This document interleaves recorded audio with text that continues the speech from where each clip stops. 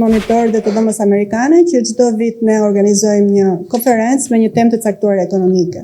Këtë vit, si prag zgjedhor që është, nuk mund të shmangnim që të bënim një konferencë ku partitë politike të kishin mundësi që të paraqisnin përpara biznesit planet e tyre që kanë se si do ta zhvillojnë ekonominë në të ardhmen.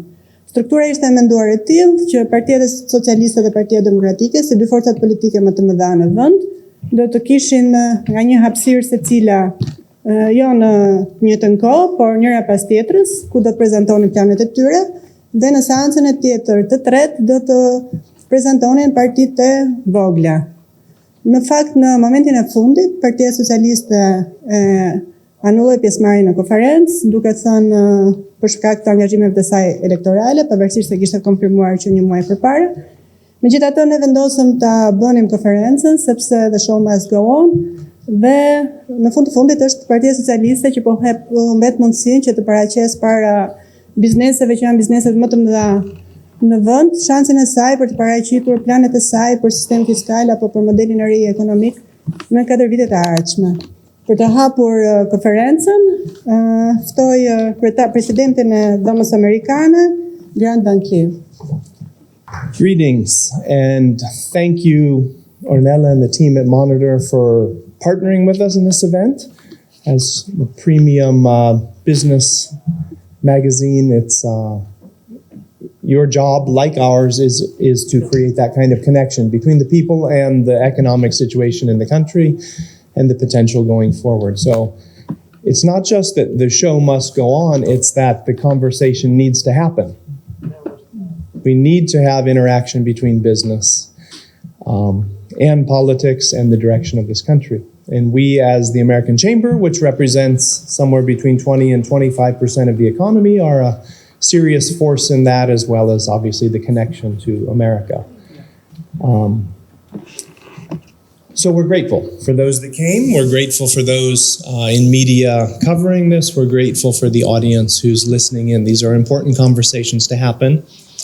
And I might suggest that at this time, these are even more important than ever because we're at an interesting crossroads in the global economy. We're a part of some massive transition and evolution. And if you've heard me speak before, I believe that Albania is in a very interesting position to benefit from these transitions.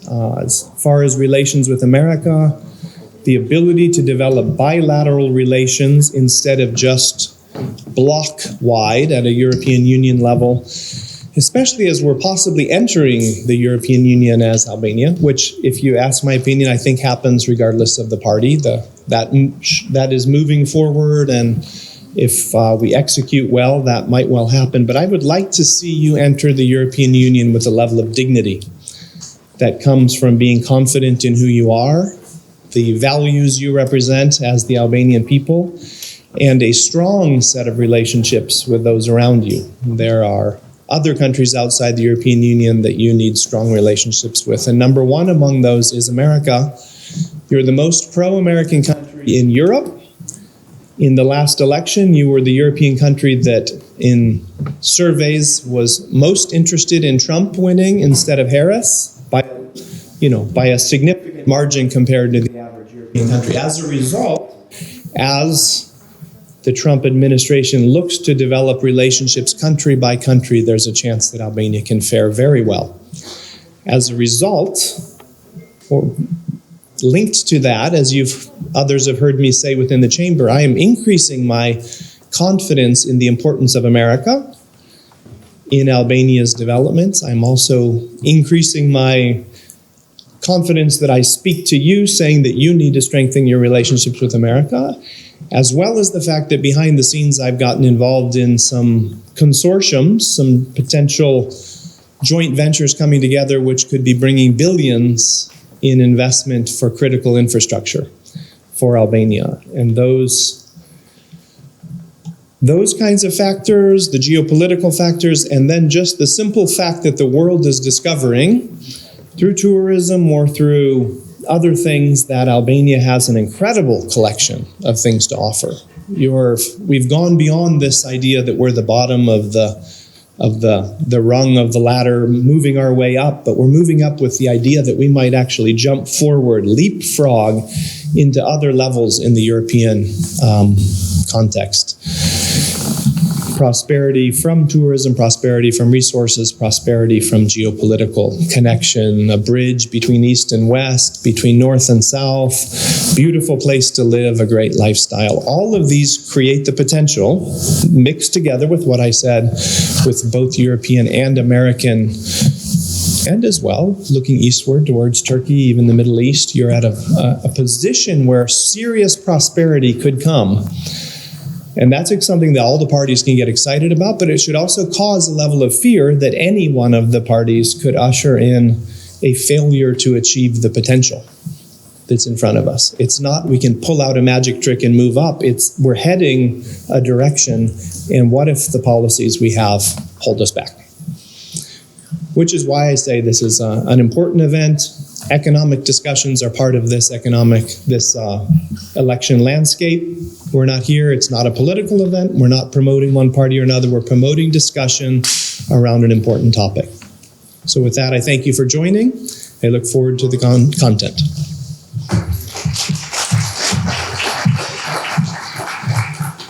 Tani drejtori ekzekutiv I Dhomës Amerikane të Tregtisë, zoti Merita Mullaj, do të bëjë një prezantim se cilat do të jenë prioritetet strategjike të ekonomisë. Do të theksoj që Dhoma ka qenë gjithmonë një nga institucionet që ka promovuar zhvillimin e qëndrueshëm të ekonomisë dhe ka prezantuar gjithmonë prioritetet e saj dhe të investimeve.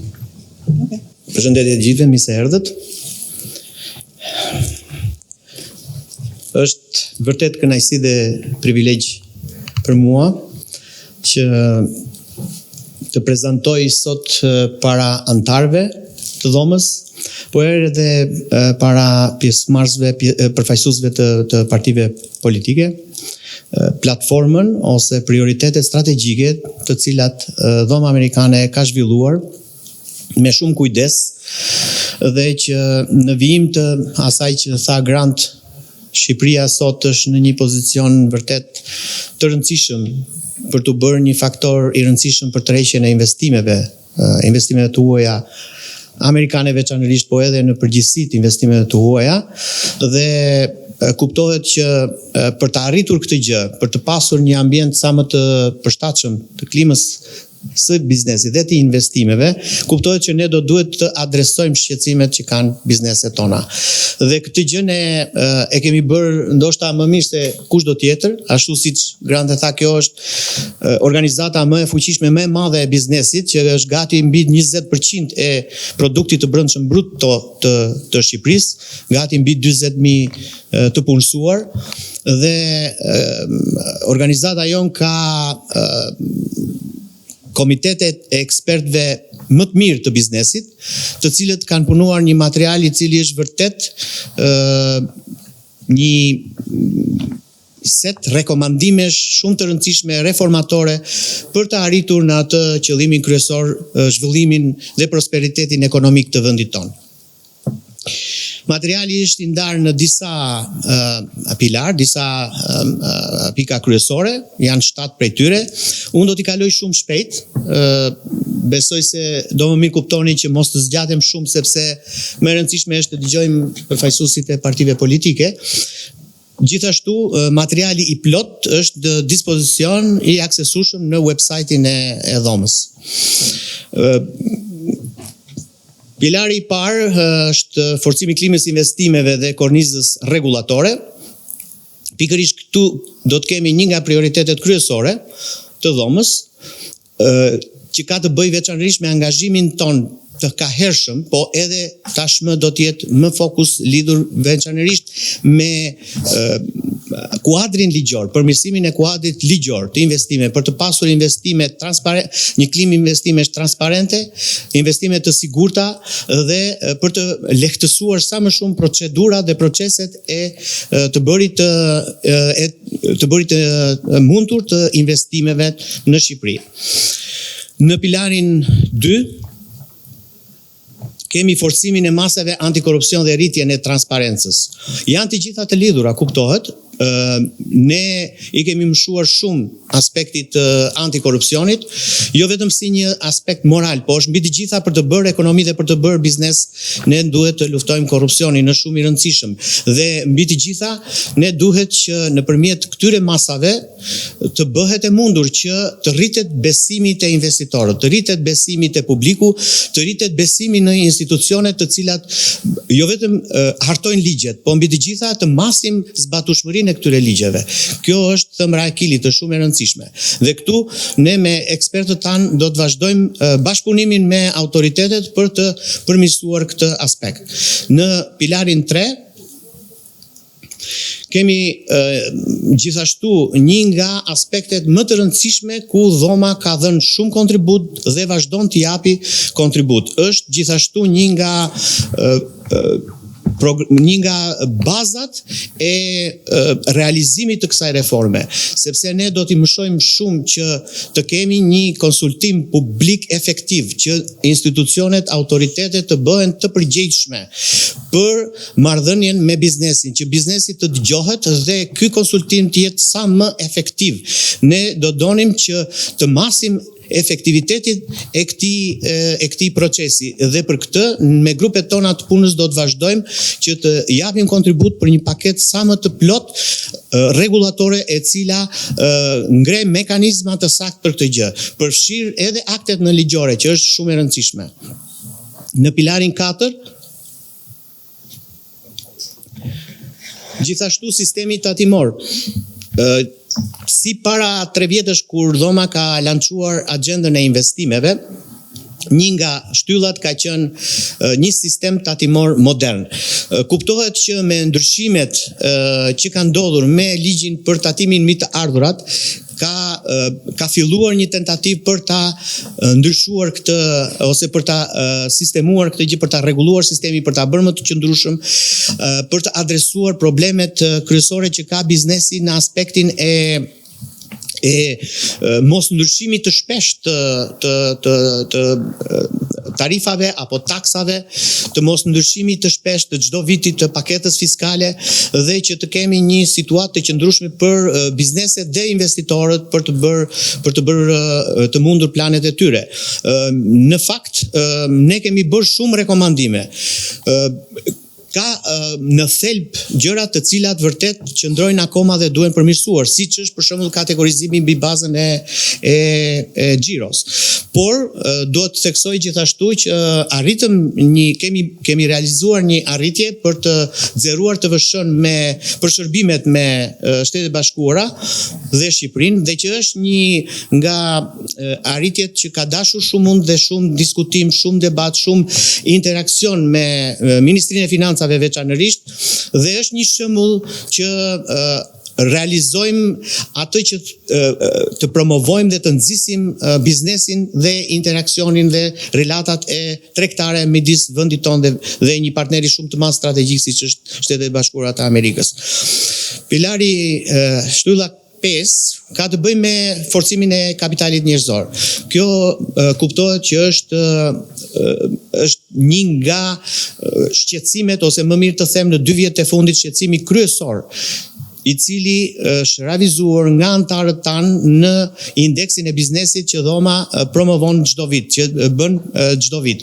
Dhe ka qenë në 3 vjetët e fundit mungesa e fuqisë kualifikuar punëtore është realizuar aty si një nga problemet kryesore. Atëherë ne patjetër që kemi vendosur rekomandime shumë të rëndësishme në këtë pikë për të përmirësuar këtë klimë, për të pasur strategjitë përkatëse që ne të zhvillojmë kapitalin human. Dhe do të vazhdoj kjo përpjekje me ekspertët më të mirë që ne I ofrojmë të gjithë aktorëve të rëndësishëm të përfshirë në këtë proces.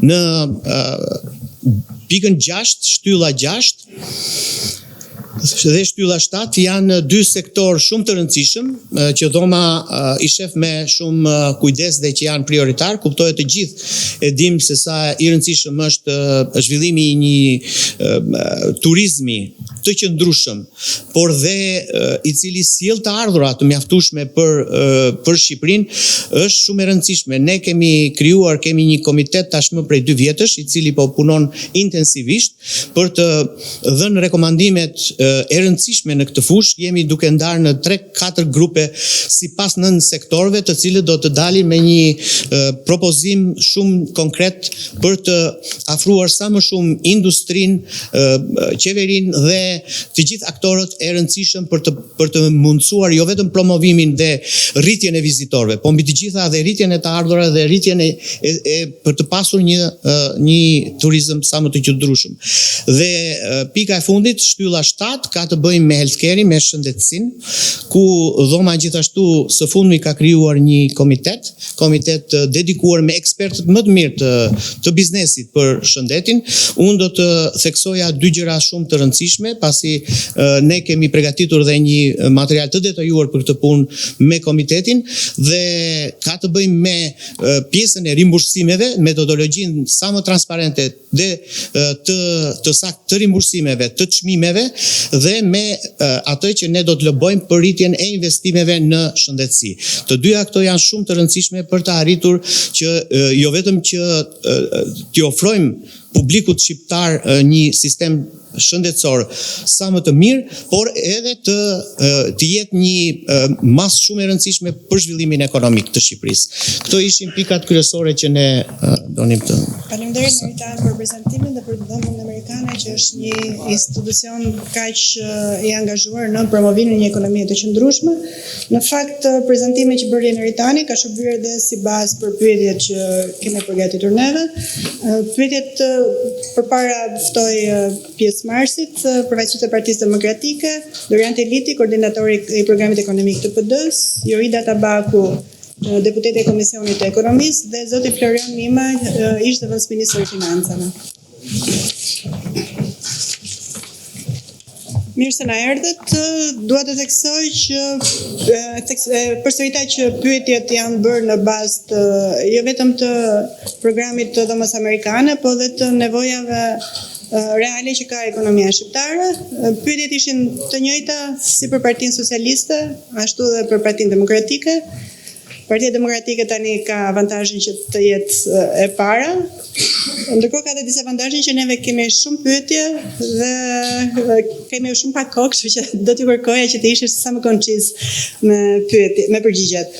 Fillojmë me zonjën Tabaku, e thatë Meritani këtu që biznesi përballet me ndryshime të shpeshta legjislacioni dhe kjo pengon planet e saj të biznesit, sepse tjetër bën në fillim të vitit dhe në mes të vitit ndrohen ligjet apo niveli i taksave. Kjo nuk është se ka ndodhur vetëm tani, ka ndodhur gjithmonë. Në gjithë të histori tranzicioni, kjo ka qenë një faktor që ka qenë gjithmonë ka penguar planet e biznesit të rritur.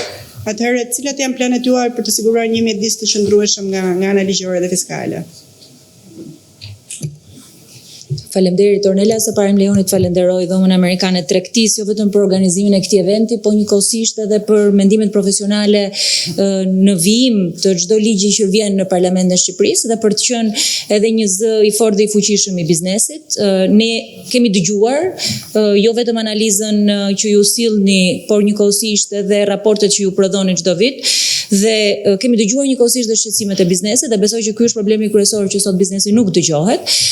Parimi kryesor i të gjithë paketës fiskale, por njëkohësisht edhe modelit të ri ekonomik që Partia Demokratike propozon, është pikërisht qëndrueshmëria. Legjislacioni fiskal në këto 12 vite ka ndryshuar 60 herë. Ligji i procedurave tatimore ka 149, ka ndryshuar 180 herë deri më sot. Për këtë arsye, propozimi i një kodi fiskal, i cili vendos rregullat bazë dhe parimet bazë që do të operojnë bizneset, besoj që krijon qëndrueshmërinë kryesore, por edhe parashikueshmërinë që biznesi sot ka nevojë. Parimi i dytë kryesor është vendosja taksës së sheshtë. Ndoshta nuk ka pasur shumë kohë për të diskutuar edhe për të analizuar në detaje programet politike të partive. Në këtë rast vetëm një program kanë dëgjuar qytetarët deri më sot, por oferta e Partisë Demokratike, e cila ka në bazë taksën e sheshtë, është një parim i cili vendos në gur një rregull, një marrëveshje me biznesin që në vitin e parë dhe në ditën e parë të qeverisjes Partisë Demokratike. Takse sheshtë e cila fillon me tatimin mbi fitimin, vazhdon me tatimin e të ardhurat personale, por njëkohësisht edhe element të cilët lidhen me transaksionet, ristrukturim dhe rishikimit të VSH-s dhe njëkohësisht qëndrueshmëri fiskale e cila vjen si rezultat i heqjes edhe i të gjithë përjashtimeve nga taksat. Sot ekonomia shqiptare vuan nga përjashtimet nga taksat. Përjashtimet janë kthyer në një rregull dhe nuk ka pse marrëdhënia e biznesit me shtetin të jetë një marrëdhënie personale, kontraktuale, që çdo biznes duhet shkojë tek kryeministri për të mbyllur dhe për të përcaktuar sa është tatimi mbi fitimin.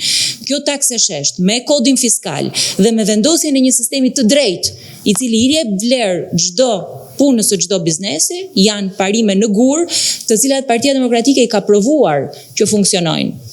Qeverisja e 2005-2009 për mua është një nga qeveriset më të mira që ka pas ndonjëherë Shqipëria.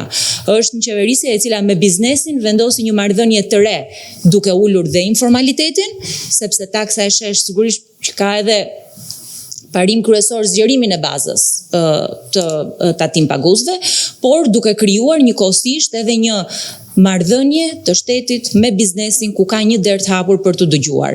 Elementi i dytë, bërja gati e biznesit shqiptar për tregun evropian. Sot e dëgjojmë tundjen e pasaportës evropiane sikur është ndonjë privilegj që shteti do t'i japë qytetarëve. Po me biznesin çfarë ndodh? Partia Demokratike do nisë një diskutim kombëtar për procesin e integrimit dhe gatishmërinë e biznesit për procesin e integrimit. Legjislacionin që biznesi duhet të aplikoj në periudhën e diskutimeve dhe negociatave, kostot që biznesi do ketë, ndihmën dhe incentivat që do t'jap qeveria shqiptare për të ndihmuar biznesin që produktet të rrisin cilësinë, standardet, normat për të bërë gati për tregun evropian. Së treti, prodhimi shqiptar. Prodhimi Made in Albania sot fatkeqësisht është duke dalë nga tregu.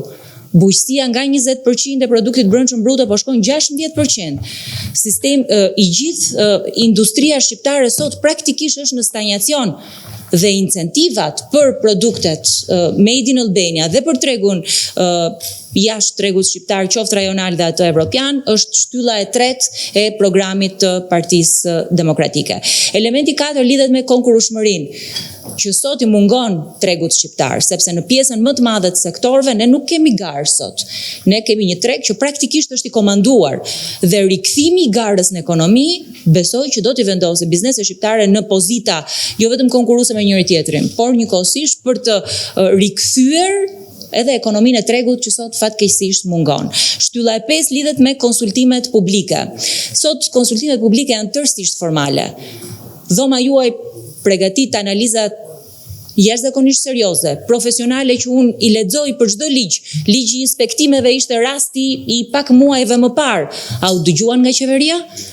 Unë mund të nis brenda një muaji 5-10 kërkesa për qeverinë dhe nuk kthen njëri përgjigje.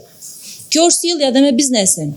Biznesi ka nevojë për një proces konsultimesh të hapur, ku dëgjohet, ku ka një këshill ekonomik i cili ka 2 palë, jo vetëm një palë, jo një palë që urdhëron dhe një palë që dëgjon. Dhe rikonceptimi tërësisht i konsultimeve publike është shtylla e 5 dhe e fundit prokurimet publike. Fatkeqësisht prokurimet publike besoj në Ritanie përmendi pak më përpara, kanë ligjin më të mirë të përafruar me BE-n. Është 99% i përafruar me standardet e Bashkimit Evropian. Po është ai ligji më i mirë që zbatohet sot në Shqipëri? Ai është ligji më i keq që lë më shumë hapësira për interpretim, është ligji që keq përdoret dhe keq zbatohet më shumë se gjithë ligjet e tjera. Për këtë arsye prokurimet publike, jo vetëm online, po edhe nëpërmjet sistemit të pasaportës prokurimeve për të ndihmuar biznesin dhe për të hapur tregun i cili sot fatkeqësisht është përqendruar në një numër të kufizuar kompanish, do të jenë disa nga parimet bazë, jo vetëm për të luftuar korrupsionin, po njëkohësisht edhe për të rikonceptuar të gjithë procesin e prokurimeve publike. Duke mbetur ke niveli i taksave, që prej vitit 2020, Shqipëria mbledh të ardhura që janë sa 27 deri 28% dhe prodhimit brendshëm bruto dhe asnjëherë nuk arritur ta kalojë më shumë se këtë.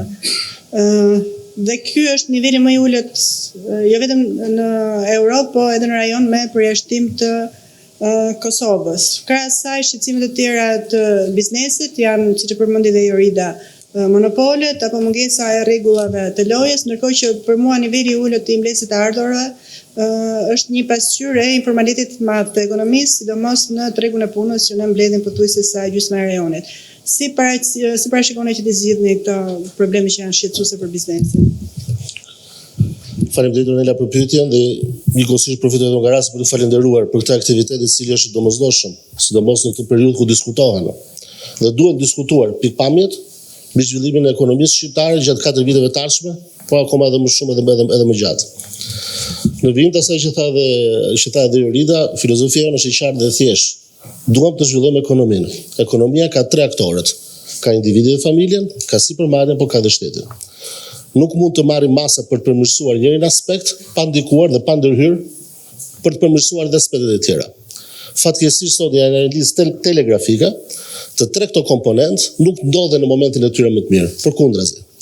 Ndaj edhe në programin tonë nuk është që kemi parashikuar thjesht një paket mbështetëse për sipërmarrjen, bazuar në filozofinë tonë. Po njëkohësisht kemi edhe pakete për mbështetjen e individit dhe familjes, po kemi edhe paketën për të ndryshuar edhe mënyrën e të bërit shtet në mënyrën e ekzekutimit dhe njëkohësisht që ka hartimi politikave deri te detaji fundit i zbatimit të tyre.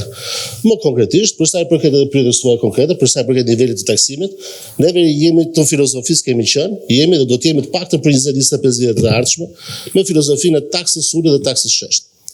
I rikthehemi taksës së shesht mbi të ardhurat, duke aboluar me njëherë brenda 100 ditëve të para taksimin progresiv për 23%, i cili jo thjesht nuk ka dhënë impaktet e duhura, por përkundrazi ka qenë edhe deri diku edhe ndikues negativ për sa i përket fuqizimit të shtresës mesme, e cila sot fatkeqësisht ne shohim që dita ditës është larguar edhe nga Shqipëria, duke e ulur rolin e saj dominues.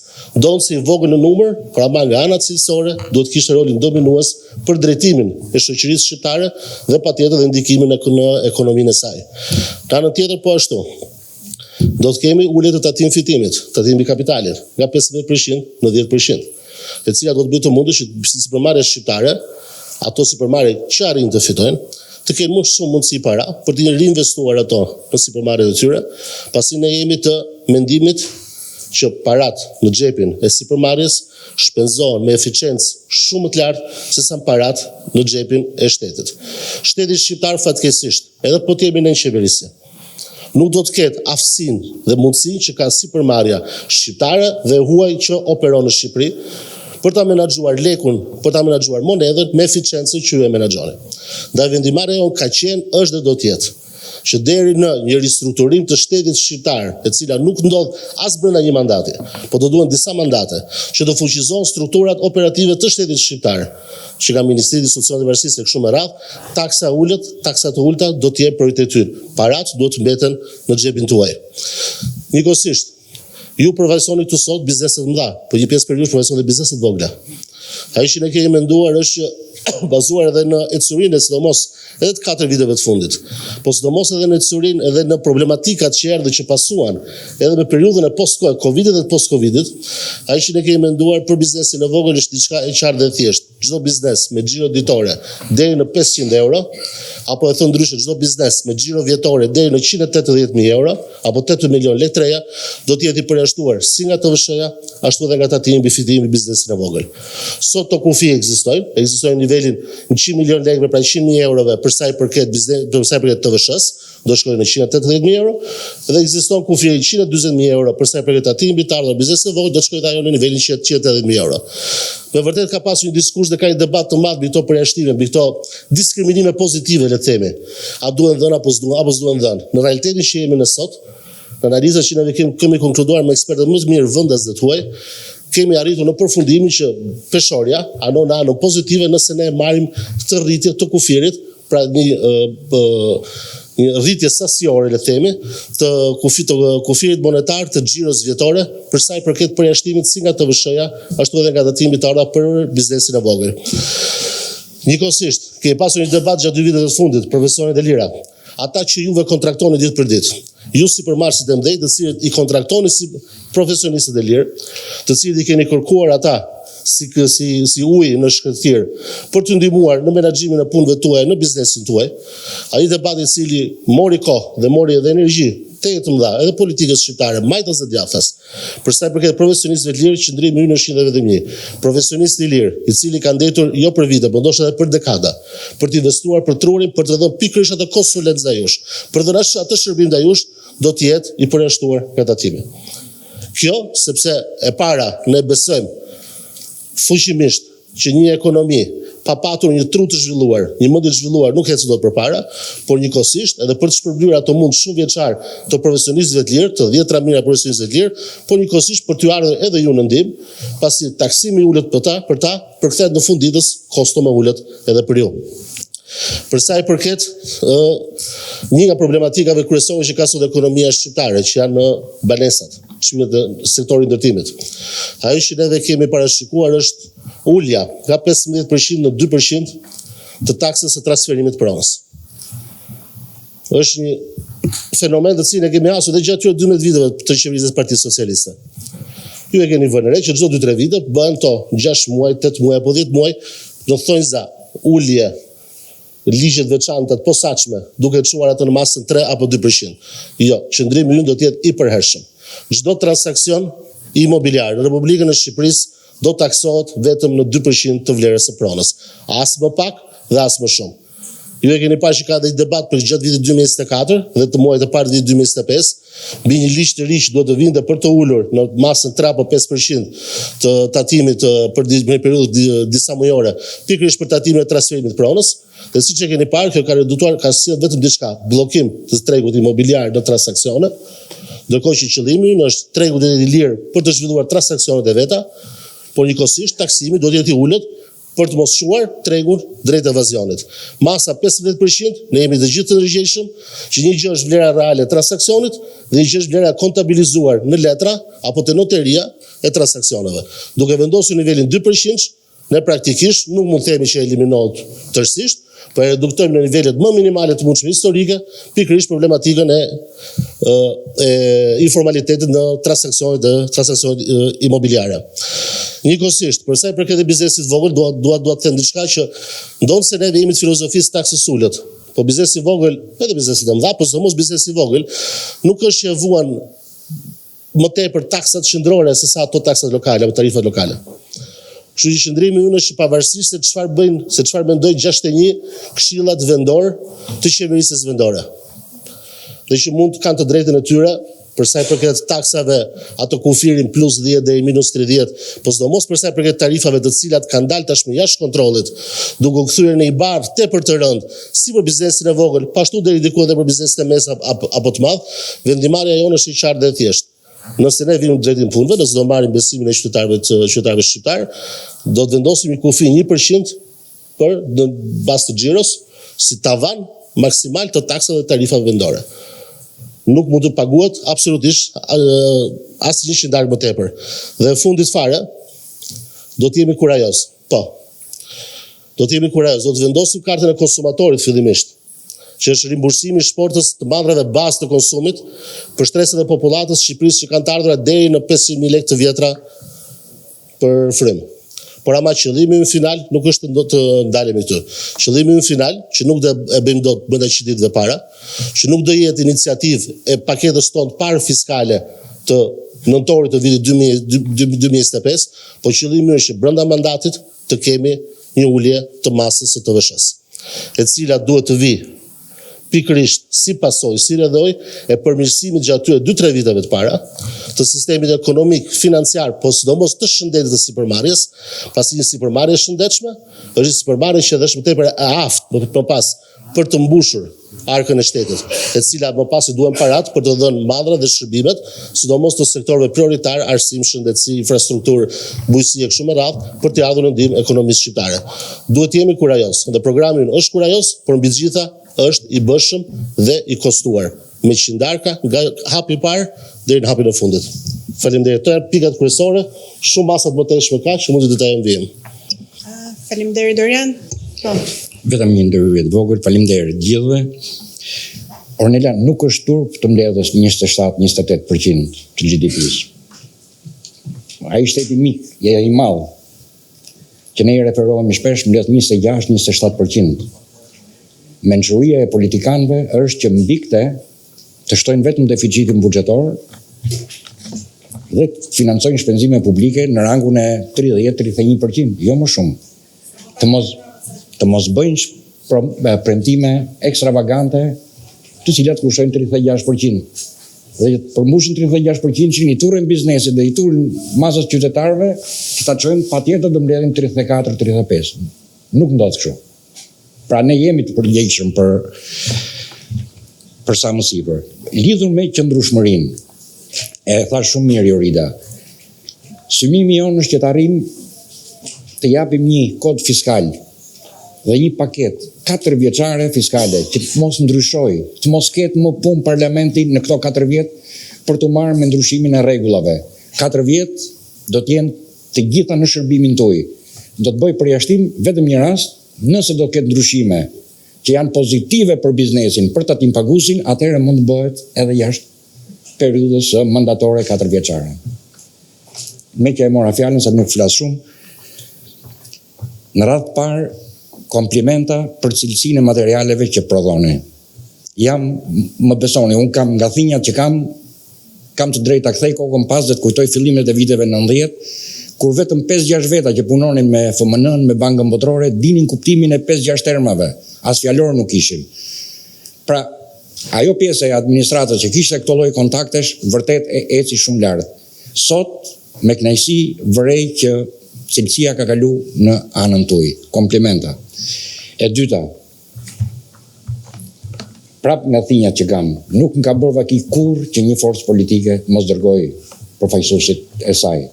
Gjithmonë kemi debatuar me kolegët Malaj, me kolegun Angjeli, me të gjithë ato që dërgonte Partia Socialiste dhe ishim njerëz, ishim profesionistë dhe shqiptarë në fund fare. Ç'kuptim ka? Ishte momenti i fundit. Po. Faleminderit.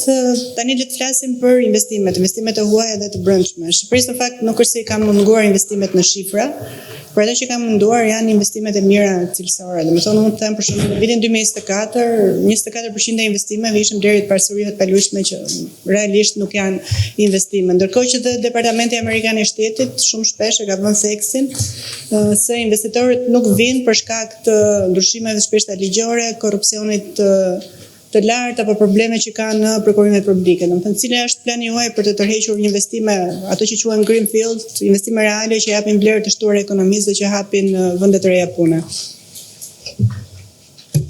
Faleminderit Ornela.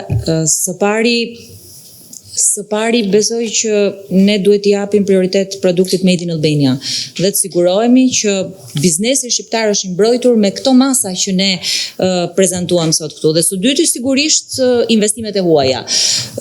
Kuadri sot për investimet e huaja fatkeqësisht jo vetëm që është i fragmentarizuar, por është edhe selektiv. Ligji i investimeve strategjike i cili u hartua për të tërhequr investitorët huaj ka vetëm një investitor të huaj. Dhe është një ligj i bërë me porosi për biznese afër qeverisë dhe jam i sigurt që asnjë nga anëtarët e dhomës amerikane tregtisë nuk ka marrë një investim të vetëm strategjik. Ligji i investimeve strategjike do rishikohet tërësisht për të vendosur fokus se si mund të tërhiqen investimet e huaja dhe së dyti do të jepet zgjidhje edhe çështjes pronës që prek ligji i investimeve strategjike. Së dyti, korporata e investimeve nuk do të ekzistojë më. Korporata e investimeve për mua është një nga instrumentat më zaptus që ka pas një qeverisje në këto 34 vite në lidhje me çështjen e pronës. Së treti, një analizë, një ligj për të cilin unë e kam diskutuar paraprakisht dhe me dhomën amerikane të tregtisë dhe një filozofi që Partia Demokratike ka për analizën e investimeve të huaja që vinë në ekonomi. Një ligj për screening të foreign direct investments, që është një mekanizëm që siguron që në Shqipëri na vinë investitorë dhe tërheqim kapital i cili është i nevojshëm sigurisht për vendin në çdo moment, por që vjen edhe nga partnerë të cilët janë partnerë strategjik me Shqipërinë dhe jo nga partnerë dhe ndërhyrje të treta, të cilat ka raste që kanë ndodhur në Shqipëri. Së katërti, reformimi tërësor i prokurimeve publike. Sot nuk ka një rast të vetëm të një kompanie të huaj që të vi të aplikojë për prokurime publike dhe të marrë një garë publike. reformimi i prokurimeve publike do të vi edhe me heqjen e të gjithë përjashtimeve nga ligjet, sepse nëse bëhet një ligj i prokurimeve publike dhe përjashton për 3 vite me garë të mbyllur, pa garë në këtë rast, kompanitë e IT-s për shembull që akshi të bëj disa tendera të caktuar, nëse vjen një ligj tjetër që përcakton që rregullon një sektor dhe ka një përjashtim përsëri për një kompani të caktuar, atëherë këtu prishet gara. Sot investitorët e huaj nuk vinë, jo vetëm prej paqëndrueshmërisë të ligjeve që ne do ta zgjidhim me kodin fiskal dhe me taksën e shesht, jo vetëm prej prokurimeve publike që do të reformohet tërësisht për korrupsionin, jo vetëm prej çështjes pronës që do t'i jepet prioritet, por njëkohësisht edhe prej përjashtimeve nga ligjet. Nuk do të ketë asnjë përjashtim specifik që prek vetëm një kompani ose që prek vetëm një individ caktuar. Dhe ky është një parim bazë që do të tërheq investimet e huaja.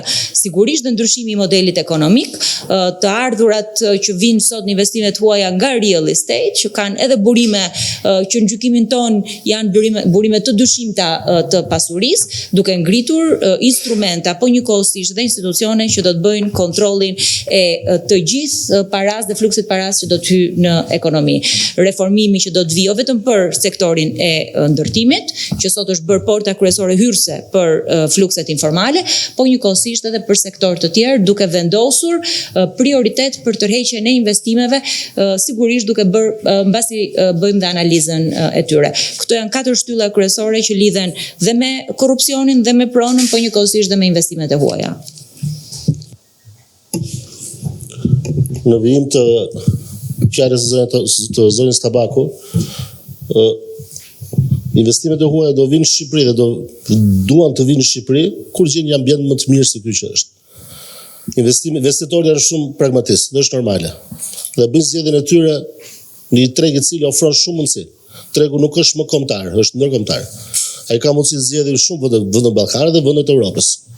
Fatkeqësisht edhe raportet e institucioneve ndërkombëtare, fatkeqësisht Shqipëria renditet si gjithmonë në fundit, gjatë viteve të fundit, renditet e fundit për sa i përket klimës së të bërit biznes. Kjo ndër raportet e Bankës Botërore dhe në raportet e dhomave të tregtisë vendase apo të huaja, po njëkohësisht në raportet e Departamentit Amerikan Shtetit më të fundit i disa javë më parë. Çfarë do bëjmë ne për ta mbështetur? Do ngrejmë zonat e lira ekonomike. Shikoni, kemi qenë gjithmonë të parimit, nuk duhet të shpikim rrotën. Ne duhet të marrim ato praktika të mira, të suksesshme, të vendeve të tjera që kanë kaluar sfida të ngjashme me ne. Si është e mundur që në Maqedoni kemi sot 6 zona të lira ekonomike, të cilat prodhojnë një pjesë të mirë përbëjnë një pjesë të mirë të ekonomisë të GDP-së së Maqedonisë Veriut. Se neve nuk mund të hapim zonat e lira ekonomike, dhe objektivi ynë është që brenda mandatit parë qeverisës të kemi të paktën 4 zona të lira ekonomike. Për të bërë të mundur që investitorët e huaj të vinë dhe të gjejnë një ambient pozitiv, të jenë të qetë në të bëjnë punës tyre, të mos mendojnë që do jetë taksidari apo do jetë dikush tjetër, Doriani, Jorida apo Flori, atë të dera për të ardhur si çakanda koka. Jo. Si përmarrë do të qetë të veprojë, sepse do të qetë në të bëjë biznes në mënyrë që të prodhojë. Shteti pastaj, qeverisja përfiton dhe përsërisin ato taksa të ulta që do të marrin nga kjo sipërmarrje. Po do përfitohet edhe nga hapja vendeve të reja të punës. Dhe neve sot kemi mundësitë që do thithim investimet e huaja, sidomos duke hapur 4 zonat e lira ekonomike. A mjafton kaq? Jo, nuk mjafton kaq. Do të ngrejmë bankë zhvillimore. Banka zhvillimore shqiptare që do të mbështesi biznesin shqiptar, po dhe biznesin e huaj, që dhe ju shqiptar jeni fundi se ju operoni, prodhoni, ju jeni produkti made in Albania. Do të mund të keni ardhur nga vendet tuaja të origjinës. Por në momentin që jeni instaluar në Shqipëri dhe keni nxjerrë njësinë e parë produktit, ju jeni produkt made in Albania. Dhe sot frikisht produkt made in Albania nuk ka, do jap vetëm një statistikë të sektorit paktën agro-ushqimor. Në çdo 5 produkte, 4 kemi produkte importe. Është diçka e papranueshme për realitetin dhe për mundësitë, për kapacitetin dhe mundësitë që ka ekonomia shqiptare në rast se ato do zhvillohen, do të përdoreshin siç duhet. Dhe njëkohësisht mbi të gjitha mbi këto është qëndrueshmëria. Çfarë ndodh dhe çfarë vendoset deri në dhjetor të vitit 2025 do të jetë në fuqi gjatë 4 viteve të mandatit. Lehtësirat bujrum, njështë të vinë. Agravime, përkeqësime të situatës, absolutisht. Kjo është kontrata e Partisë Demokratike që ka me sipërmarrjen e vogël, të mesme apo të madhe, vendase apo të huaj që operon dhe prodhon në Shqipëri. Faleminderit. Dorian, kemi edhe 10 deri në 15 minuta që të diskutojmë për perspektivën ekonomike. Kjo është një pyetje që do të doja edhe për t'ia bëj edhe Partisë Socialiste, domethënë, sepse ka një simbolik me atë që ata nuk erdhën sot. Në këto dekada të tranzicionit, Shqipëria nuk ka pasur një model zhvillimi ekonomik të qëndrueshëm dhe plane afatgjata për të arritur. Dhe ka pasur më shumë një zhvillim rastësor. Cili do të jetë modeli juaj ekonomik në vitet e ardhshme dhe shumë e rëndësishme dhe për këtë desha që të ishte Partia Socialiste këto, si do të angazhoni publikun dhe sidomos biznesin që të jenë pjesë në vendimarrje për të prioritetet për të ardhmen e ekonomisë? Në fakt, ky diskutim u hap për herë të parë në 2013 me ardhjen në mandatën e parë të Partisë Socialiste dhe u premtu që modeli ekonomik i Shqipërisë do të ndryshojë.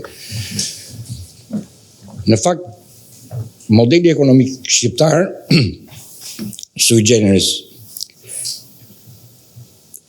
është zgjedhur në fillim të viteve 90 as nga Fatos Nano, as nga Sali Berisha, as nga leadershipi politik i kohës. Ishin vetë shqiptarët që e zgjodhën dhe ishte modeli ndërmarrjeve të vogla dhe të mesme. Ai model vazhdon sot, pavarësisht se i vjen emra të ndryshëm dhe ai model do të jetë në shekuj. Shqipëria nuk e ka luksin të bëhet laborator i lindjes dhe rritjes modeleve imagjinare. Ndërmarrjet e vogla dhe të mesme, ato janë kryefjala, zemra, pulsi i ekonomisë shqiptare.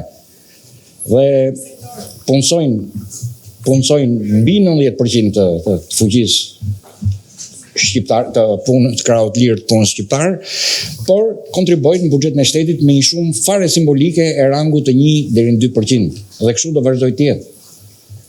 Ky është modeli që ne do vazhdojmë ta mbështesim, do vazhdojmë ta inkurajojmë për të punësuar sa më shumë shqiptar, duke i hequr nga qafa të gjithë zyrtarët e shtetit që shkojnë dhe i bezdisin orar dhe pa orar, duke i krijuar lehtësirat pas 5 nëndorit të vitit kaluar, kanë rënë poshtë të gjitha tabut. Edhe ne vetë që dikur jemi referuar FMN-s dhe Bankës Botërore, mentorëve tanë të dikurshëm, jemi gati, kërkojmë edhe një skuzë të madhe, bëjmë një mea culpa, përse nuk i kemi ofruar më parë këto lehtësira për biznesin. Dyshim që bizneset e vogla janë shtylla e ekonomisë. Më shumë pyetja ishte për sektorët prioritar, sepse po të shohim sot, ekonomia për shembull sot po rritet nga ndërtimi apo nga shërbime, ndërkohë që bujqësia dhe industria që duhet ishin faktor mbështetës të turizmit janë me rënje.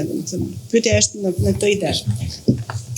Faleminderit Flor, në fakt e nisi me modelin me iden e një modeli ekonomik sigurisht bazuar në përgjithësi për sipërmarrjen, po mendoj që dy duhet jenë fushat kryesore. Sot kemi industrinë e cila nuk po prodhon më dhe reflektohet dhe në dhëna dhe nuk mund të pranojmë dot që ndërtimi të zëvendësojë prodhimin shqiptar.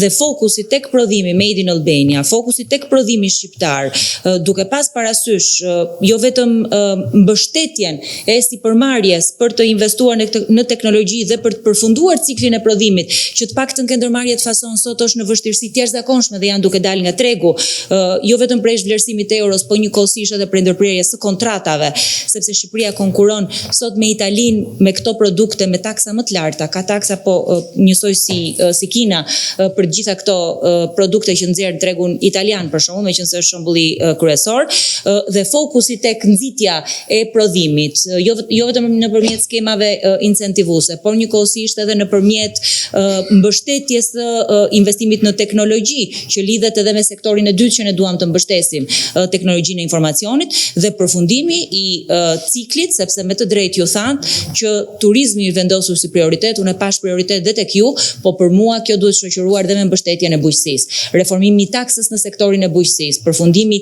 i subvencioneve në bujqësi, për ta çuar bujqësinë aty ku ka qenë në 16 deri në 20%, nga një 16 në 20% produktit brendshëm bruto, jo vetëm nëpërmjet masave fiskale, po për të përfunduar dhe ciklin dhe potencialin që jep turizmi. Pra dy sektor kryesor, prodhimi, industria, sidomos prodhimi vendas, duke pasur fokus tek teknologjia e informacionit dhe përfundimi i ciklit të turizmit duke e plotësuar atë me investimet në bujqësi që janë të domosdoshme, po edhe për të shfrytzuar potencialin që ka Shqipëria sot.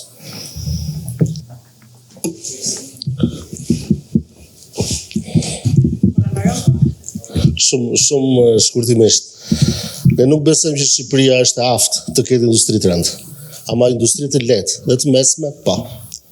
Ku jemi sot? Realiteti sot cili është? Realiteti sot është që sektori i industrisë është në recesion. Nuk e themi ne, e thonë dhënat zyrtare të vetë shtetit shqiptar.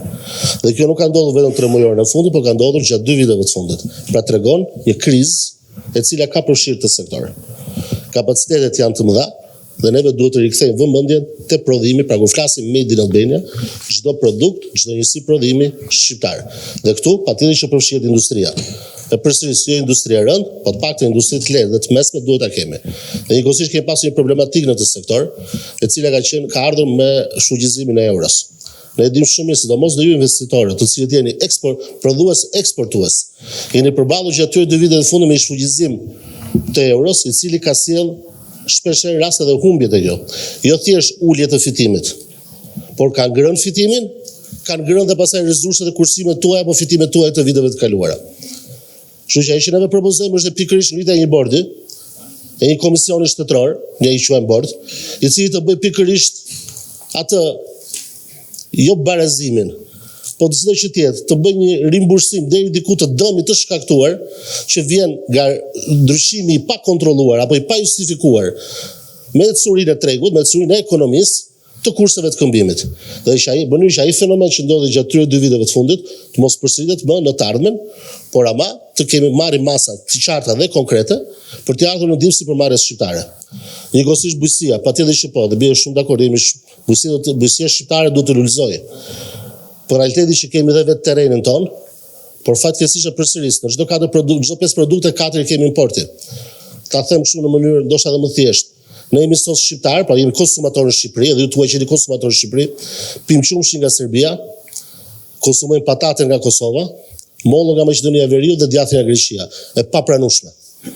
Totalisht e papranueshme. Kemi mundësitë dhe i kemi aftësitë për të ndërtuar një sistem bujësor dhe blektoral, i cili të përgjigjet jo thjesht nevojave vendase, po të rikthejmë pastaj syt drejt eksportit. Si mund ta bëjmë këtë gjë? Në politika të qarta dhe thjeshta mbështetëse.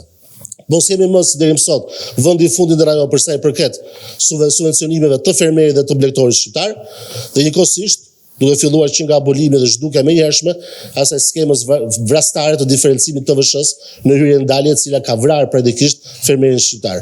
Kjo e gërshëtuar edhe me masa të tjera.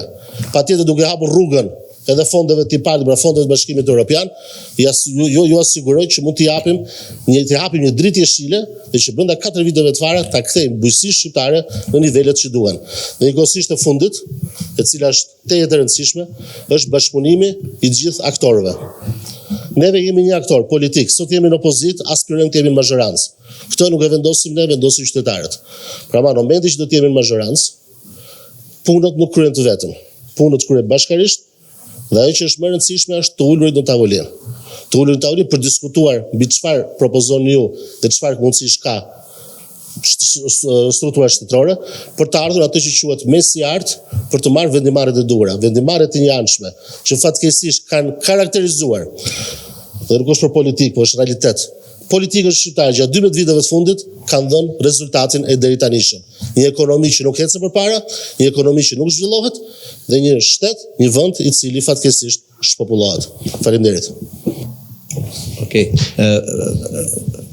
Jemi në limit kohor faktikisht, por nuk mundoj dot ta bëj një pyetje që vijon nga shpjegimet tuaja.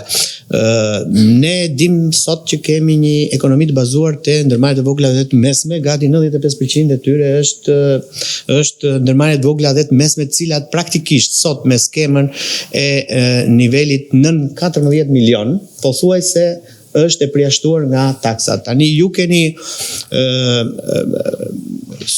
jeni duke e rritur këtë po themi këtë limit në 18 milion.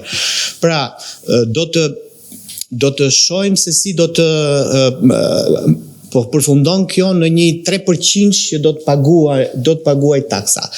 Tani dy pyetje kam unë këtu pak a shumë të lidhura me njëra tjetrën. E para një që në përgjithësi në konceptin ton përjashtimet kanë sjell vështirësi në menaxhimin e të ardhurat dhe në informalitet pak a shumë. Ka qenë e vështirë për të menaxhuar dhe për të ulur normën e informalitetit. Ndërkohë pjesa tjetër që lidhet me këtë është edhe se si do të sigurohen të ardhurat buxhetore.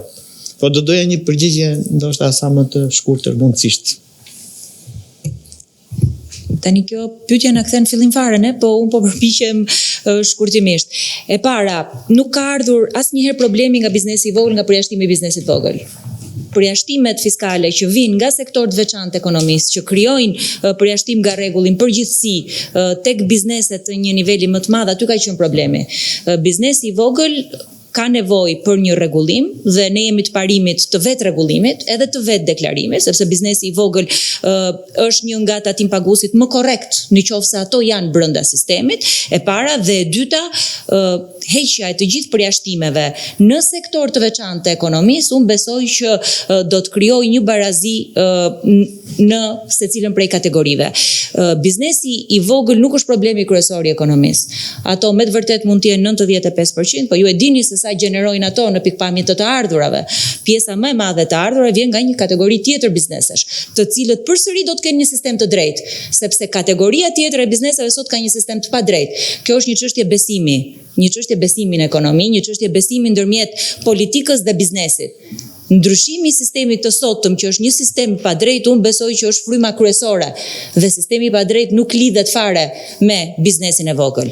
Biznesi i vogël praktikisht ka dalë nga tregu, sepse u ndryshua ligji i TVSH-s kush e di se sa herë në kuadrin e 3 viteve.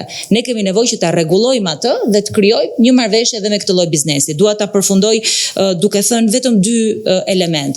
E para, të gjitha këto që ne përmendën janë çështje të vullnetit politik. Pra çështje të vullnetit politik që një forcë politike i merr përsipër, edhe për të krijuar sistemin e drejtë, edhe për të luftuar korrupsionin, edhe për të çmontuar monopolet që sot po pengojnë konkurrencën në tregje, por njëkohësisht edhe për ta ndryshuar ekonominë. Dhe unë besoj që Partia Demokratike ka edhe kartën morale, edhe forcën që t'i zbatojë të gjitha këto. Ekonomia nuk është teori, as nuk është listë dëshirash, po është vullnet për të zbatuar reforma. Faleminderit. Faleminderit Rida. Deri 3 vjet përpara indekset besimit të dhomës amerikane ngrihen shqetësime të tilla kryesore, si për shembull korrupsioni apo niveli i lartë i taksave. Ka 3 vjet që shqetësimi kryesor është mungesa e fuqisë punëtore të kualifikuar dhe ky është një shqetësim madhor që përbëhet për gjithë ekonominë. Duke i lidhur këtë dhe me 2 probleme shumë të tjera të mëdha, që është emigracioni, që vazhdon të jetë në raport me produksimin ndër nivelet më të larta në botë, apo dhe tendencat demografike. Domethënë janë shqetësime që nuk zgjidhen për një herë, po si mendoni që t'i adresoni? Absolutisht, shumë e drejtë shqetësimet e pyetja juaj. Problematika e këtyre viteve të dekadës fundit ka qenë pikërisht largimi masiv i shqiptarëve. Shiko, fenomeni i migrimit ka qenë një fenomen 33 vjeçar, 34 vjeçar, i cili unë besoj shoqëron çdo shoqëri demokratike, çdo kush i lirë të lëvizje. Por ndryshe nga 30 vitet e kaluara, gjatë viteve të fundit, kemi parë një lëvizje demografike, pra një migrim nga brenda Shqipërisë drejt vendeve të Europës kryesisht dhe Shtetet Bashkuara të Amerikës, të trurit të Shqipërisë, shtresës mesme, të personave të aftë, personave të kualifikuar, të personave të cilët japin vlerë të shtuar më shumë se sa tjerët në ekonomi. Dhe kjo ka sjell më pas që edhe biznesi si përmarrja shqiptare apo e huaj që vepron në Shqipëri, sepse unë dua t'i konsideroj ju jeni si përmarrës shqiptar predikisht, ju flisni shqip sot, ju konsumoni shqip, prodhoni shqip dhe konsumoni shqip sot, vuani nga mungesa e fuqisë punëtore. Fuqia punëtore nuk është thjesht krahu i punës.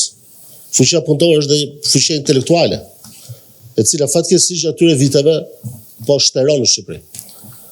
Dhe kemi një fenomen të rritjes pagave.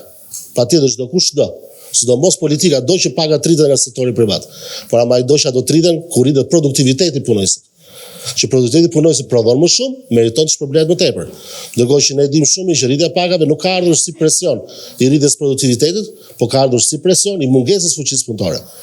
Cila është zgjidhja jonë, vizioni ynë? A mund ta zgjidhim ne këtë problematikë në masën 100%? Jo, nuk e zgjidhim dot. Jo çdo shqiptar që është larguar nga Shqipëria do rikthehet në Shqipëri, jo. Por ama kemi një plan ton, kemi një paketë ton, një ofertë ton ndaj shqiptarëve që janë larguar, për të kthyer në Shqipëri për të investuar, 50 e para pa taksa, taksa zero. Asi detyrim. Hajdeni kthehuni në Shqipëri, investoni. Do të keni kredi, linjë kredi të butë nga Banka Zhvillimore Shqiptare. Atë linjë kredi që mund ta përfitoni edhe ju që jeni sot. Patjetër të ketë linjë kredi të butë edhe për ata shqiptarë që duan të vinë. Për profesionistë e lirë që duan të vinë, që të rikthehen në Shqipëri, për të hapur zyrat e tyre të këshillimore, të konsulencës e kështu me radhë, të vinë të kthehen se do të mbështeten financiarisht nga buxheti i shtetit, nga buxheti taksapaguesve shqiptar, nga buxheti të gjithëve ne. Dhe njëkohësisht planet e trajnimit. Ju e mbani mend në vitin 2013, në nëntor 2013, kur u rrit tatim fitimi nga 10 në 15%, ju e mbani mend cili ka qenë justifikimi i mazhorancës socialiste. Do i rrisi me 50% nga 10 në 15, se këto para të tatim fitimi do t'i çojmë në kurse trajnimi për punëtorinë shqiptare. Që ata të jenë më të aftë tregun e punës. Kurset që u zhvilluan në sasi ishin zero. Prandaj ne rikthehemi taksës shtesë 10%. Prandaj rikthehemi para të kjo. Por jo vetëm ju nesër, por ju bashkë me kontributin e buxhetit shtetit, me skema të ndryshme financiare, të trajnojnë fuqinë punëtorëve shqiptarë për ta bërë atë më të aftë, për ta bërë atë më produktive. Dhe patjetër që ju asiguroj diçka, që ata që largohen është sepse nuk kanë shpresë këtu dhe nuk ka lidhje thjesht me ekonominë, por do t'japësh pozitivitetin dhe idenë që Shqipëria është një vend më i mirë, ku ka arsim më të mirë, ku ka shëndetësi më të mirë, ku ka rend dhe siguri. Sepse jo çdo kush është larguar sepse nuk ka pasur para, por është larguar edhe për arsye të tjera, prandaj është larguar shtresa mesme. Prandaj është larguar edhe të pasur madje. Prandaj është larguar edhe investitor, sepse kanë pasur sektorë të tjerë të ekonomisë që kanë çaluar, të cilët kanë detyruar dikë për një arsye apo dikë për një arsye tjetër, që të largohet nga Shqipëria, jo për arsye ekonomike dhe financiare, por për arsye të qenurit mbrapa ndaj vendeve tjera, ndjeshëm mbrapa ndaj vendeve tjera për sa i përket cilësisë dhe sidomos pritshmërive për të ardhmen. Dhe një koment desha ta bëja me të drejtën në vend asaj që tha Jorida për sa i përket sipërmarrjes vogël. Shikoj, sipërmarrja e vogël është më e brishtë se sipërmarrja e mesme apo e madhe. Në një realitet që jemi në sot, ku mbi 40% e ekonomisë shqiptare është në informalitet, është fatkeqësi, po është fakt kjo gjë, është e nevojshme, domosdoshme, që neve të bëjmë disa diskriminime pozitive. Në botën ideale, do të ishim të tërë taksoheshim njësoj pavarësisht llojit apo masisë tonë. Por nuk kemi fatkeqësisht në botën ideale. Ndoshta s'do jemi kurrë. Patën se të jemi në gjallë, në të sallë, jo. Kështu automatikisht hyn në lojë diskriminime pozitive. Dhe ne besojmë fort që diskriminimi pozitiv për sipërmarrjen e vogël në kufijën 180.000 euro në vit është diskriminim i cili do të japi rezultate pozitive më tepër, më shumë të mëdha se sa ato kostot që sillet realisht diskriminimi ndaj aktorëve të tjerë të tregut. Por njëkohësisht me të vërtetë pjesa më e madhe e sipërmarrjeve shqiptare do të përjashtohen pra nga TVSH dhe nga tatimi. Por ama kur vjen puna te punësimi, ta sot gjeneroj gjysmën e punësimit shqiptar, por njëkohësisht në anën tjetër, pra që është dhe i pjesë e punësimit familjar, por njëkohësisht në anën tjetër, sipërmarrja e madhe shqiptare, me të vërtetë do përballet me të sfidën e vogël, por do ketë lehtësitë e tjera që do shoqërohen, që përsërisht nga ulja tatim fitimit, ulja e procedurave, kodi fiskal qëndrueshmëria dhe sidomos krijimi një marrëdhënie besimi me politikën që është në drejtim të punëve. Këtë gjë ju asigurojmë që do ta zbatojmë. Faleminderit. Nuk mund të rrim pa bërë një pyetje të fundit sepse është shumë e rëndësishme. Arsimi dhe shëndetësia gjithmonë janë shpallur prioritete, por duket sepse vetëm në letra, sepse nuk buxheti për to nuk është më shumë se 3% e prodhimit brenda brutëror që është ndër më të ulët në rajon dhe në Europë. Si gjithmonë, dhe një sondazh që bëri Monitor në tetor për arsyet e emigrimit me një kampion për rreth mbi 1 personash, mungesa e perspektivës, mungesa e shëmbimit shëndetësor dhe arsimi ishin disa nga arsyet që sot po nxisin emigrimin. Si planifikoni që t'i adresoni? Unë e kuptoj që janë dy fusha të cilat edhe në shqetësimet kryesore edhe shqetësimet e qytetarëve pikërisht në këto dy drejtime janë. Dhe arsyeja kryesore për largimin lidhet edhe me cilësinë e jetës, me cilësinë e arsimit, shëndetësisë që nuk gjenden sot këtu dhe nuk varen vetëm nga sektori privat, varen sigurisht nga bashkëpunimi i sektorit privat dhe nga dedikimi i një buxheti për arsimin dhe për shëndetësinë në nivelin mesatar siç e kanë vendet e rajonit 5%, 2.9%, 2.8% janë të dyja sot në buxhet, edhe shëndetësia dhe arsimi. Por fatkeqësisht 75% e kësaj shume janë të dedikuara, që do të thotë janë të përcaktuara ku shkojnë.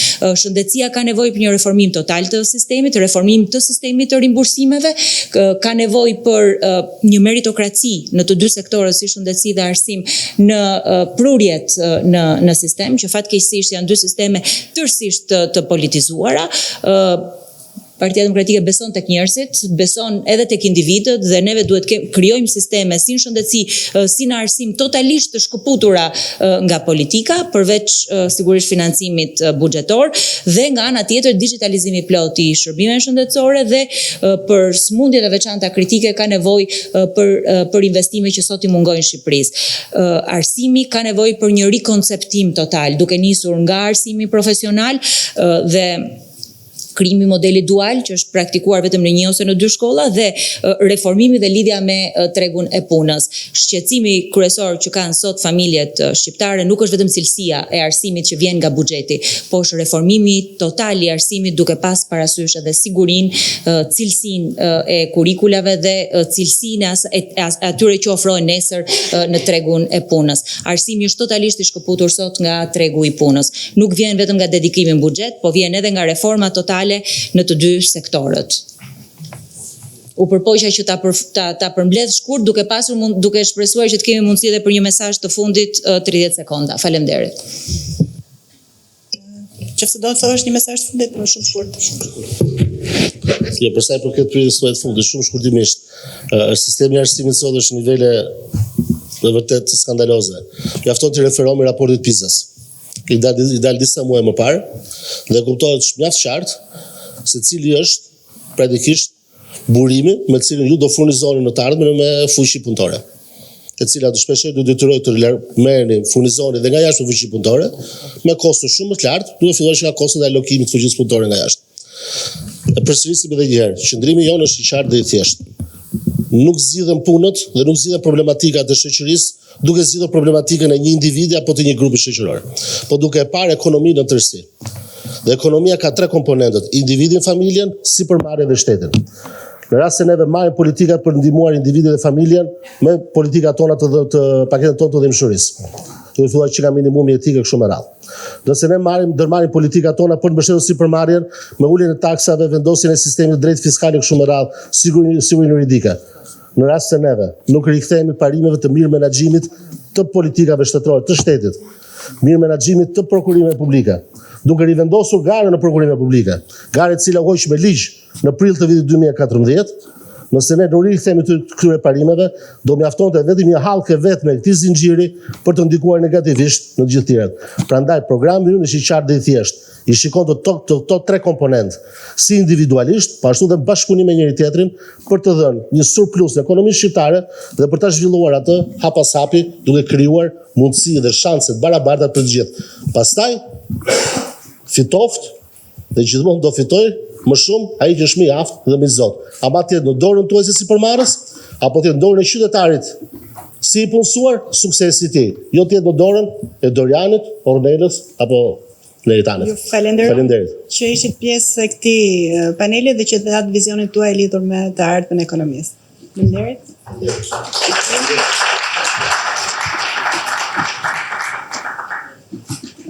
Atëherë vazhdojmë me pjesën e dytë të panelit. Një zhvillim, në Shqipëria ka pasur gjithmonë polin majtë dhe djathtë, në një zhvillim pozitiv që unë shoh është lindja e partive të vogla. Normalisht janë një alternativë për ata persona që duan të kenë një zgjedhje tjetër apo duke sjellë një frym tjetër në politikë. Atëherë ftoj përfaqësuesit, zoti Agron Shehaj, kryetari i Partisë Mundësia, Mateo Spau nga Koalicioni Euroatlantik, Jani Marko nga përfaqësuesi i Lëvizjes Bashk, Eriselda Zoto nuk është, edhe Pana Soko nuk është. Okej, vazhdojmë me juve, duhet ta filloj me zotin Shehaj. Ju zoti Shehaj keni qenë një nga punëdhënësit më të madh në ekonomi. Po. Erisi. Okej, në rregull. Atëherë është Artan Murizi nga Koalicioni i Djathtas për Zhvillim. Siç po thoya zoti Shehaj, ju keni një përvojë në sektorin privat, se keni qenë një nga punëdhënësit më të mëdhenj në ekonomi, ndërkohë që keni edhe një përvojë të gjatë edhe në politikë. Nisur nga këto 2 përvoja tuaja që janë ideale, besoj. Cilat janë problemet kryesore me të cilat përballet ekonomia sot dhe cilat janë zgjidhjet që më jepni? Është një pyetje shumë e përgjithshme. Gjithsesi, ju jep mundësi që thoni ato që doni. Mirë ditë të gjithëve, të falenderoj për ftesën. Është kënaqësi të jem këtu me ju sot për të folur për ekonominë. Në fakt, unë kam qenë gjithmonë nga ana tjetër, kam qenë aty me ju, kjo është herë e parë, duket e pabesueshme, por në 8 vjet kjo është herë e parë që mua më thrasin them 2 fjalë për ekonominë, pavarësisht se mund të kemi qenë personi që ka punësuar më shumë njerëz në Shqipëri, të paktën 50.000 veta kanë marrë të paktën një rrogë nga unë në pothuajse 20 vjet punë. Por ja që vin dita, krijimi i një partie të re sjell një të mirë. Tani çfarë dëgjojmë ne, çfarë jemi mësuar të dëgjojmë nga politikanët? Jemi mësuar të dëgjojmë nga politikanët që do vinë do sillin zgjidhje. Do japin mend sipërmarrësve se si të krijojnë biznese, si të rrisin bizneset e tyre. Nëse është e vërtet, nëse ka një fushë ku është e vërtet ajo shpreha e famshme që qeveria nuk është zgjidhja, po qeveria është problemi, kjo është ekonomia. Dhe kjo është ekonomia në Shqipëri në fakt. Problemi më i madh, besoj se të gjitha ata që janë ulur te kjo karrige kanë thënë korrupsioni. Unë mendoj që problemi i madh ekonomisë është pikërisht qeveria, është pikërisht shteti. Dhe më shumë se një politikan do bënte mirë që mos vinte të thoshte se çfarë do bënte për ekonominë, çfarë do bënte për biznesin, por çfarë nuk do bënte. Sepse në Shqipëri në këto 35 vjet, nëse Shqipëria nuk është më Shqipëria në thënjeshit, nuk është fal politikës, nuk është fal qeverive, por është fal biznesmenëve, sipërmarrësve, bashkëpunëtorëve të tyre që kanë marrë rrezikun, e kanë krijuar vende pune, e kanë zhvilluar Shqipërinë. Ata e kanë ndërtuar Shqipërinë, nuk e kanë ndërtuar qeveritë. Ata mund të kishin bërë më shumë në fakt, po mos kishin patur ato qeveri që kanë patur. Qeveritë kanë qenë realisht problemi. Dhe ky është vizioni ynë. Ne jemi një parti e re, në përqend të them, më shumë se sa e vogël, se tani çdo gjë që lind e vogël, pastaj bëhet e madhe, kjo është mos e normale. Por dhe mua më pëlqen të flas më shumë për vizionin se sa për propozime konkrete, jo se s'kemi probleme konkrete sa do ta bëjmë taksën, do të shesh, por sepse unë mund të flas, partia jonë mund të flasi për vizionin duke patur parasysh që jemi të vetëdijshëm që kemi një rrugtim të gjatë para nesh derisa të vijë dita që të marrim besimin e shumicës dhe të kemi mundësi që realisht të realizojmë atë që premtojmë. Kështu që ky është vizioni ynë. Vizioni ynë është një shtet do thosha i padukshëm. Sepse çfarë kam parë unë si sipërmarrës, çfarë shohun si sipërmarrës, është problemi i madh. Problemi i madh është që ne këtu në Shqipëri praktikisht pushteti ekonomik dhe politik është i përqendruar në duart e do thosha një qeverie, po në fakt është e një njeriu të vetëm, i cili vendos se kush do fitoj dhe kush do dështoj në ekonomi. Nuk e vendos tregu. Problemi i madh është që qeveria ndërhyn fuqishëm, ndërhyn nëpërmjet korrupsionit, ndërhyn nëpërmjet përfshirjes së parave të pista, shembujt janë të panumërta, eksportuesit. Kompanitë e mia vazhdojnë të jenë të zhvillojnë aktivitet eksportues dhe të bie xhiro vjetore prej 20% është dramatike, është dramatike për çdo biznes, sepse masa ata që nuk janë sipërmarrës, e di shumë mirë që përveç ortakëve të kryeministrit, ata që në fakt nuk bëjnë biznes, ata printojnë para. U ka dhënë kryeministri një printer të vogël aty, dhe çdo mëngjes vën dhe ndezin, e thonë sa para do printoj sot, edhe printojnë parat e dalin parat. Ai nuk është biznes. Ata mund të kenë fitime për 80%, për 70%, për 60%. Biznesi ndershëm, nëse kalon 10% që ka bërë super rezultat.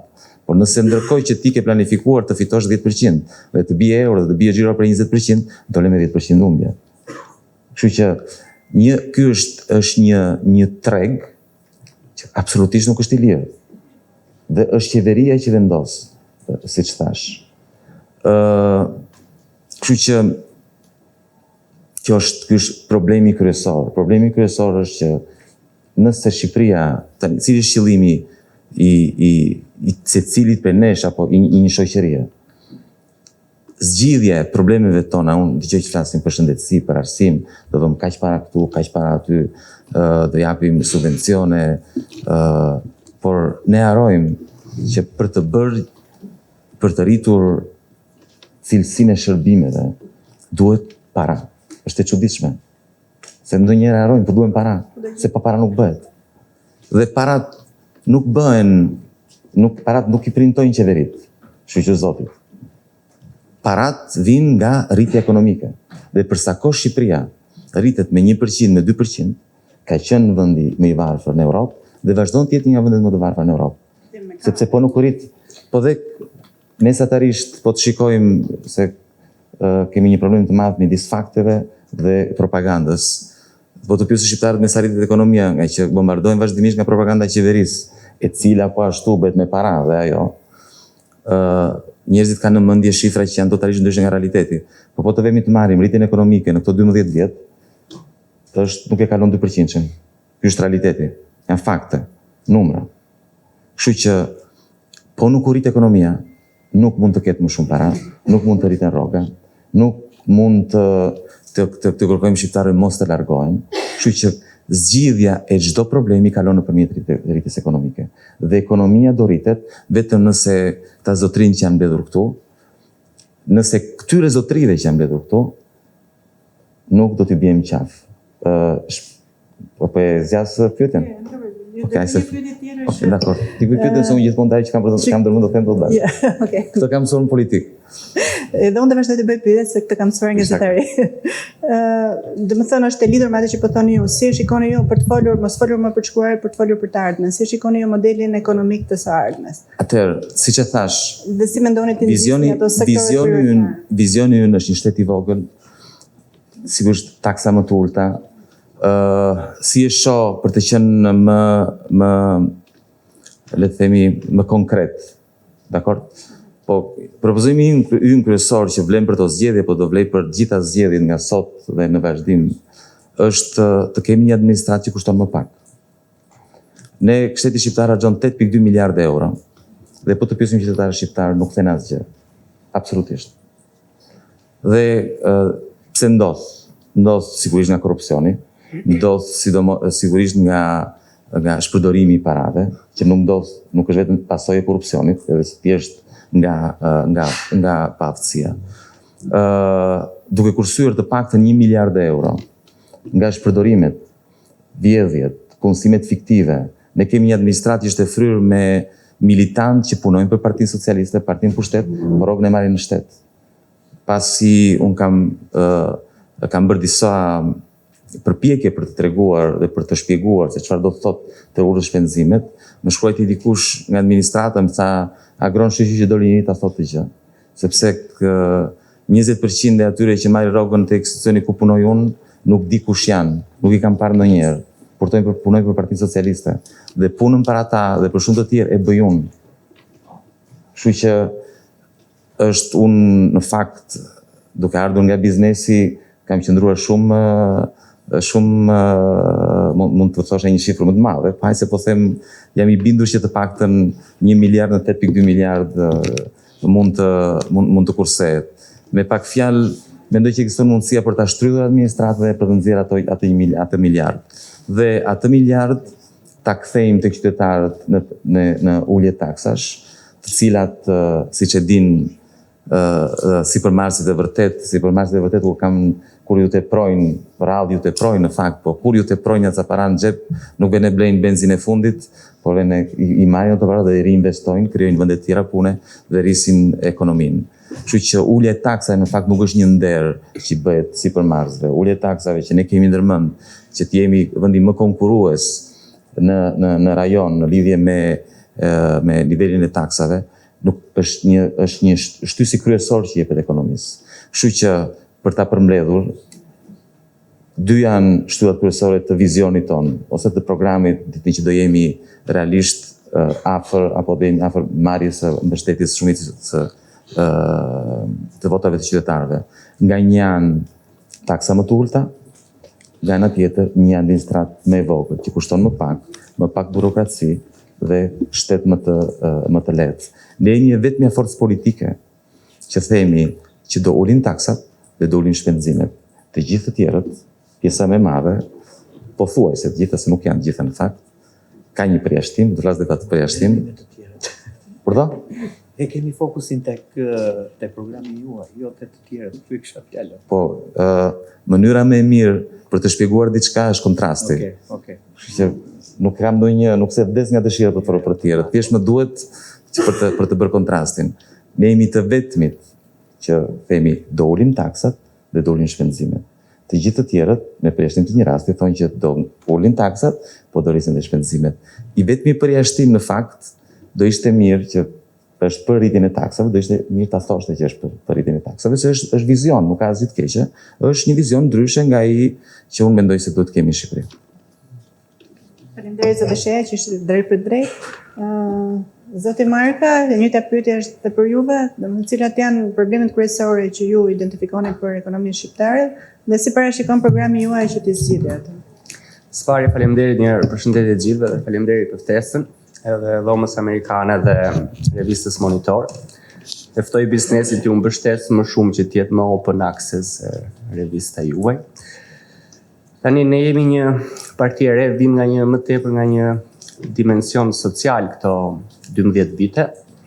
Megjithatë në programin ton ka 4 shtylla dhe shtylla e parë nuk është aspektet sociale që ne kemi për zemër, por është ajo që ne quajmë shteti zhvillimor. Në anën tjetër, lexova materialin e prioriteteve strategjike të dhomës amerikane dhe nëse do ta kuantifikonin, besoj që masën 80% lëvizja bashkë është në dakordsi me ato që ju propozoni. Në ana tjetër, lëvizja bashkë ka pasur në këto vite një qëndrim shumë të fortë ndaj oligarkisë dhe me keqdashje besoj shpeshherë na portretizojnë për të na dëmtuar imazhin sikur ne jemi anti-biznesit. Kjo nuk është absolutisht e vërtet. Përkundër, dhe oligarkia është një pengesë për zhvillimin dhe konkurrencën e lirë të biznesit në Shqipëri.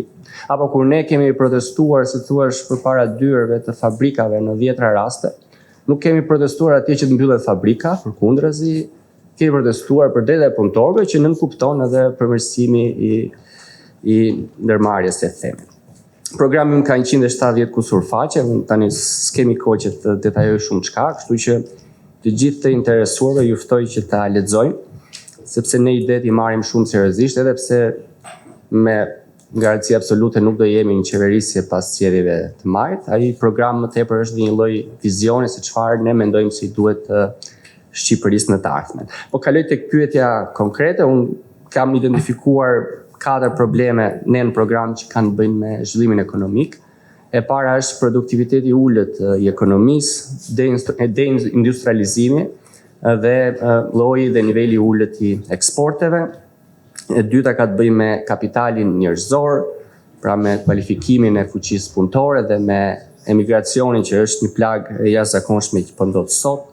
E treta ka të bëjë me konkurrencën e lirë në treg, me monopolet, oligopolet, me PPP-t dhe me ligjet të posaçme si ai investitorëve strategjik. Dhe pika e 4 është çështja e korrupsionit. Korrupsionin mendojmë që ka arrit nivele deri të kapjes së shtetit. Dhe për gjitha këto pika që i përmenda shumë shkurt, ne kemi propozime konkrete se çfarë duhet bërë. Natyrisht, përsa i përket produktivitetit për shembull, është fatkeqësi që Shqipëria është vend fundit, domethënë në rajon. Në botë kontrollova duhet jemi përsa i përket produktivitetit diçka nga vendi i 93, në raport me një punëtor të Bashkimit Evropian, produktiviteti mesatar i një punëtori në Shqipëri është sa 26% e një punëtori në Bashkimit Evropian. Kështu që ne duhet të nxisim ekonominë që të rrisë produktivitetin e saj, sidomos me produkte që nxisin rritjen e eksporteve me mallra cilësor dhe me një vlerë të shtuar dhe në ngjitjen e ato që quhen në zinxhir global të vlerës. Tani si do ta bëjmë këtë? Natyrisht nga ne nuk do t'i dëgjoni që çdo gjë është e shehë, çdo gjë është e barabartë. Ne jemi, si thosh, vetmja forcë që edhe tek modeli i taksimit, që besoj do flasim më vonë, i qëndrojmë fort parimit progresiv.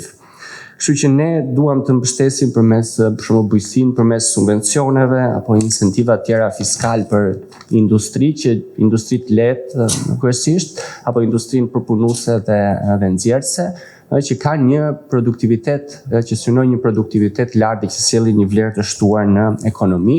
Dëgjova edhe nga pjesëmarrës të tjerë, e madje më duket se para një jave ka dalë edhe një ligj, nuk e kemi konsultuar në fakt për bankën zhvillimore, por ne propozojmë gjithashtu që duhet kemi një fond sovran në Shqipëri dhe gjithashtu që është marrë nga modeli norvegjez, që ka të bëjë kryesisht me burimet natyrore që nuk i përkasin vetëm brezit që jeton sot, por ne duhet të trashëgojmë diçka edhe për brezat e ardhshme.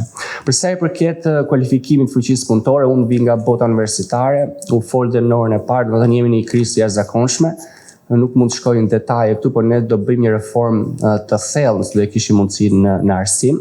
Jo vetëm duke rritur GDP domethënë buxhetin në raport me GDP që do shkonte në nivelin 4%, por mbi të gjitha nëse shikojmë kërkimin shkencor në Shqipëri është në nivele mediokre dhe i pambështetur. Natyrisht ne nuk mund të konkurrojmë botën me kërkim shkencor, por ama për çështje specifike konkrete duhet një fokus shumë i madh tek kërkimi shkencor, tek inovacioni për të rritur gjithmonë produktivitetin në ekonomi. Çka të bëjmë me konkurrencën e lirë, ne do heqim ato që janë privilegjet që kanë favorizuar padrejtisht aleatët e qeverisë këto vitet e fundit. Edhe këtu kanë dëmtuar konkurrencën dhe dëmtuar barazinë në treg. Konkretisht ne do të rishikojmë gjitha këto ligjet e do të shfuqizojmë disa prej tyre si modelit të PPP-ve apo investitorët strategjik. Për ne nuk bën kuptim që sektori i turizmit të jetë në kuptimin e incentivave financiare sektor strategjik, por duhet të ishin sektorët produktiv. Bukurinë që natyra shqiptare ka si thua udhëruar, ajo është aty, nuk është në një si thua inovacion i dikujt që ka dëshirë për të bërë biznes. Duhet që të orientohet kapitali drejt sektorëve të tjerë të ekonomisë. Natyrisht dhe turizmi mbetet sektor i rëndësishëm, por jo në kuptimin më strategjiku. Dhe lufta ndaj korrupsionit, ne kemi një kapitull të tërë për shtetin e së drejtës në program. Këtu do përmend vetëm një pikë themelore për të mos marrë shumë kohë, se di që kemi kufizuar. Ne do të ngrejmë një agjenci të posaçme që do titullohet Agjencia Kombëtare për Integritet dhe Antikorrupsion. Ne nuk besojmë që është e drejtë që në një nivel kaq lart kapjes shtetit dhe një shtet kaq i korruptuar sa ky sot, të lihet ndorë një ministrie për ta bërë këtë punë, kështu që duhet një agjenci e pavarur me shumë kompetenca në buxhet që të hartojë kuadre ligjore të caktuara për të luftuar dhe për mbi gjitha për të parandaluar korrupsionin. Se di sqatra apo timin. Mund ta mbyllim mikrofonin lutem? Po. Kalem tek zoti Spaho, ju jeni prej kohësh një zë kritik për ekonominë, kështu që do doja të dëgjoj edhe opinionin tuaj për problemet që keni identifikuar dhe si parashikon partia që ju përfaqësoni që mund të sillen.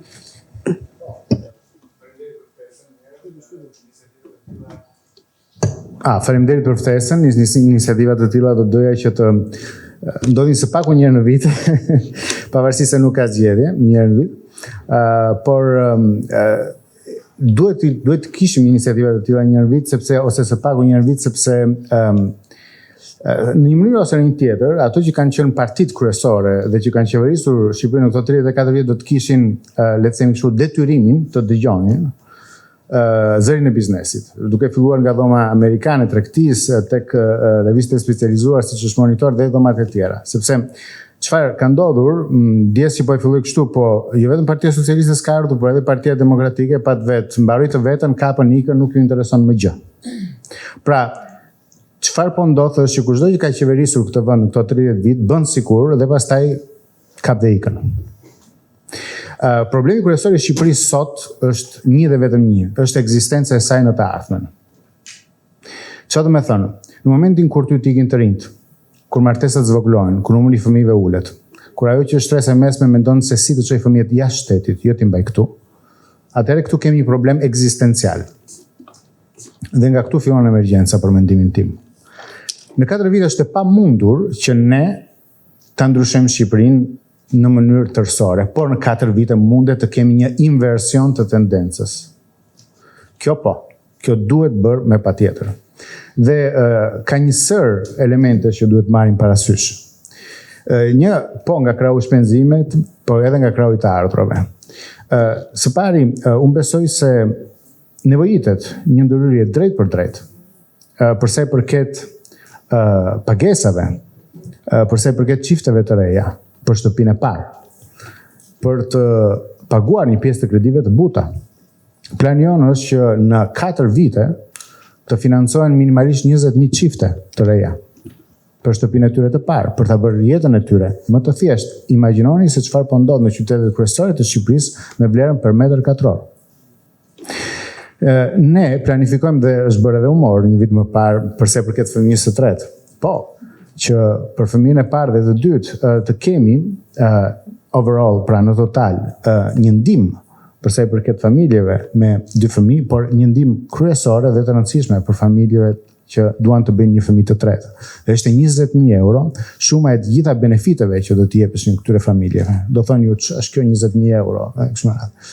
E dini ju që sot në Shqipëri fatkeqësisht nuk lindin më shumë se 20 deri 25 fëmijë. Dhe familjet që kanë një fëmijë të tretë janë vetëm 2.000. E gjithë kjo mas do kushtonte jo më shumë se 20 milion euro. Në një buxhet që është mbi 8 miliard euro, 0.5% të buxhetit të shtetit.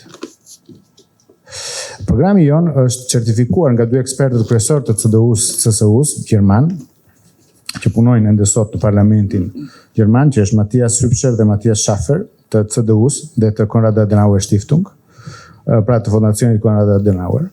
Dhe elementi tjetër, që unë besoj ka shumë rëndësi, është që kushdo të zgjedhin qytetarët shqiptar, do duhet që të zgjedhin njerëz që të kenë fytyrë me të cilën bëjmë premtimet e tyre. Ne nuk mundet të premtojmë ulje taksash ose më pak korrupsion, gjë që është problemi kryesor sot në Shqipëri, nëse kemi drejt për drejt probleme me spakun, siç kanë 2 partitë kryesore sot në Shqipëri. Gjërat që mund të themi janë shumë të bukura, por duhet jemi të besueshëm. Atëherë, elementi minimal është se paku mos të kemi probleme me drejtësinë, është bazike. Që të jemi të besueshëm. Dhe elementi tjetër është që pikërisht sepse duam të ndërtojmë një Shqipëri me sa më pak korrupsion, duhet të ndërhyjmë. Duhet të ndërhyjmë me vettingun e politikanëve. Ky ligj është depozituar në parlament dhe ka 1 vit e gjysmë që nuk vihet as në rendite dhe natyrisht nuk do të vihet me këtë situatë. Elementi i dytë është me ligjin antikorrupsion dhe antimafia, ku do të kalojnë në sit të gjitha PPP-t. Jo, ato janë kontratat të firmosura, ne nuk mundet ti presim me spat, por gjitha do duhet të kalojnë në një sit verifikimi. A gjithë koncesionarët a kanë kryer detyrat e tyre apo jo? Dhe gjitha elementet e tjera kanë lidhje me një situatë ku pagesa e taksave do të kryhet në raport me familjet në një bazë familjare. E ka sot e gjithë Europa perëndimore këtë gjë. Ne kemi pagesën e divës sot, por ajo bëhet në rang personal. Atëherë çfarë ndodh? Çfarë ndodh nëse unë vendos të punoj 2 fish dhe gruaja ime vendos që të mbaj në shtëpi një fëmijë, të parë ose 2 qoftë ose të tretë po doni. Atëherë, ideja është që unë tatojmë shumë më shumë. Nëse do të rinim të 2 në punë, do të tatoheshim shumë më pak me këtë sistem tatimor, progresiv që kemi sot.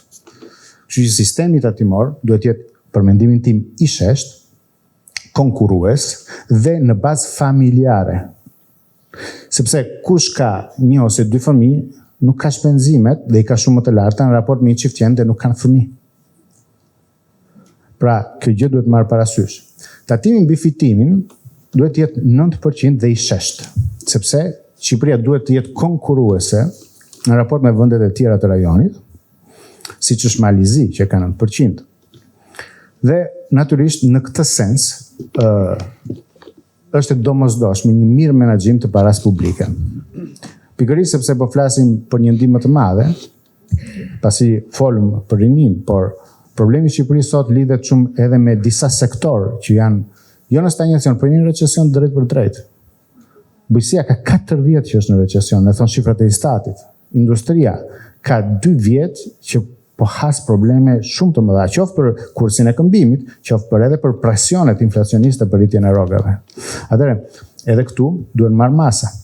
dhe sidomos në sektorin bujqësor, është e domosdoshme që bujqërit shqiptarë të marrin 100 deri 150 milionë euro në vit për të anulluar ato që janë inputet bujqësore dhe për të përmirësuar ajo që është infrastruktura bujqësore, nga kanalet vadice, kulluese e kështu me radhë.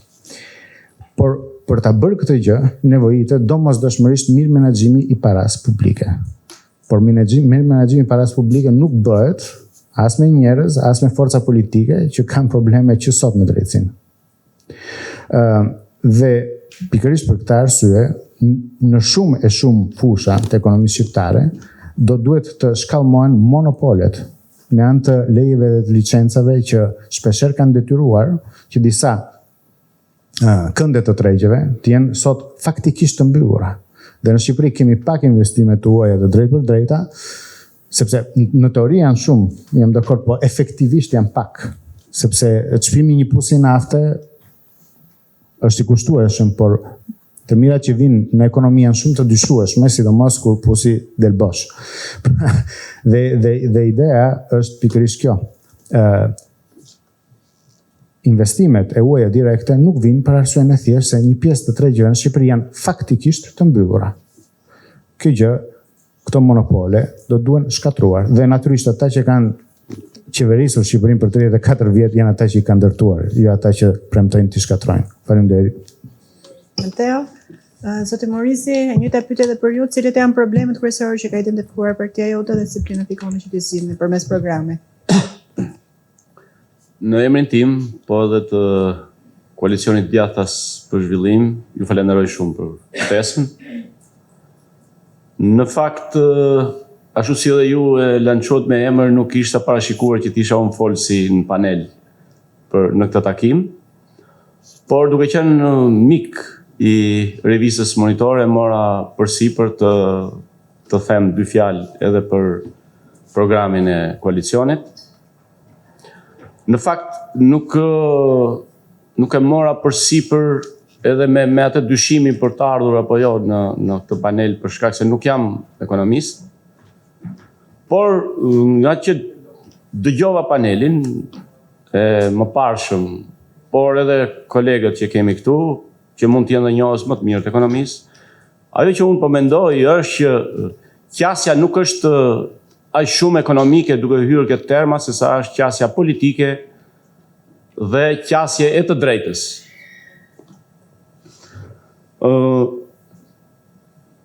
Kolegët e Partisë Demokratike që ishin më herët këtu, në fakt të bëjnë me turp që ti është para tyre të flasësh për ekonominë, sepse janë njohës të mirë. Do të ndërpres një çik të lutem, sepse se jo, e kemi formatin që të flasim vetëm për programin e secilës parti, prandaj nuk ishim në debat. Unë ju thash jam mik i revistës Monitor, por edhe ju doni edhe mi doni t'i fyeni më shumë.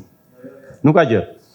Gjithsesi, unë ndoshta duroj edhe atë parimin që ti pyet, unë të përgjigjem atë që di. Faleminderit. Atëherë sepse thashë nuk jam njohës i mirë ekonomisë dhe nuk doja të hyja të ato terma dhe duke i mshuar asaj pjese për të cilën ju na keni ftuar, por të identifikuar edhe do t'i qëndroj korrekt atyre panelit edhe formës organizimit ti, ato identifikimin e problematikave që ka Shqipëria sot, sigurisht që nuk është se ka në diferencë të madhe, se nuk shpiken problemet ekzistojnë, dhe në këndvështrimin e secilit subjekt atë kur i identifikon edhe ata që shes si më të rëndësishme. Largimi masiv i të rinjve është një problem për cilin ne kemi identifikuar që është nga ato plagët të cilat për sa kohë që bëhet fjalë në njerëz duhen vite të korrigjohet.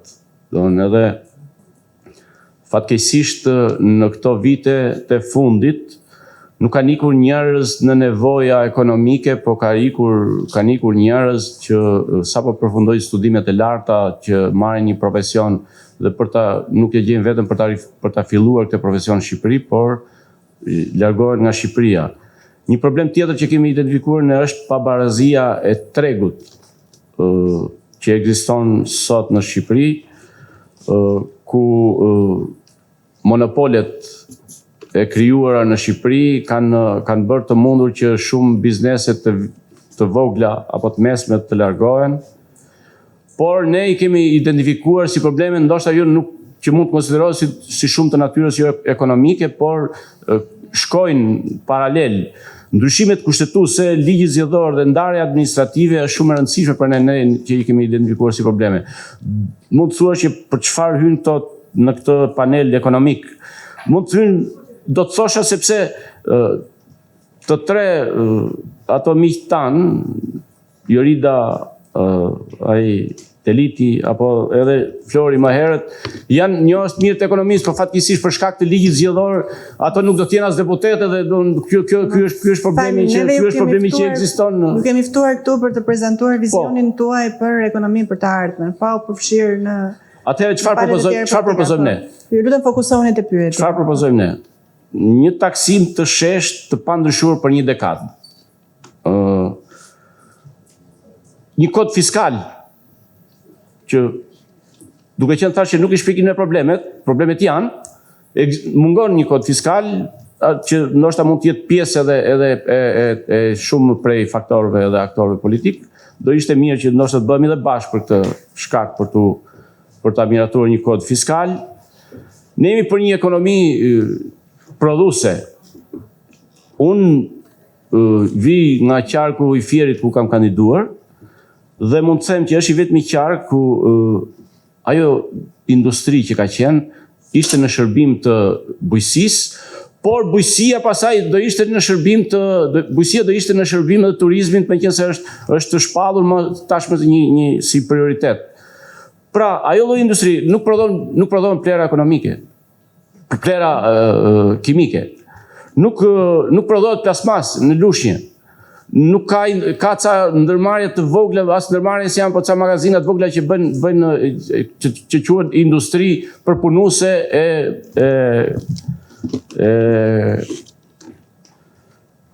produkteve bujqësore.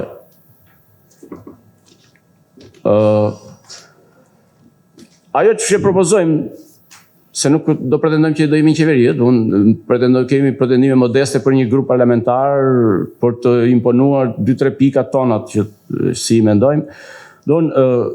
Përqendrimi I parcelave bujqësore, se tashmë I kemi në ngastrat vogla.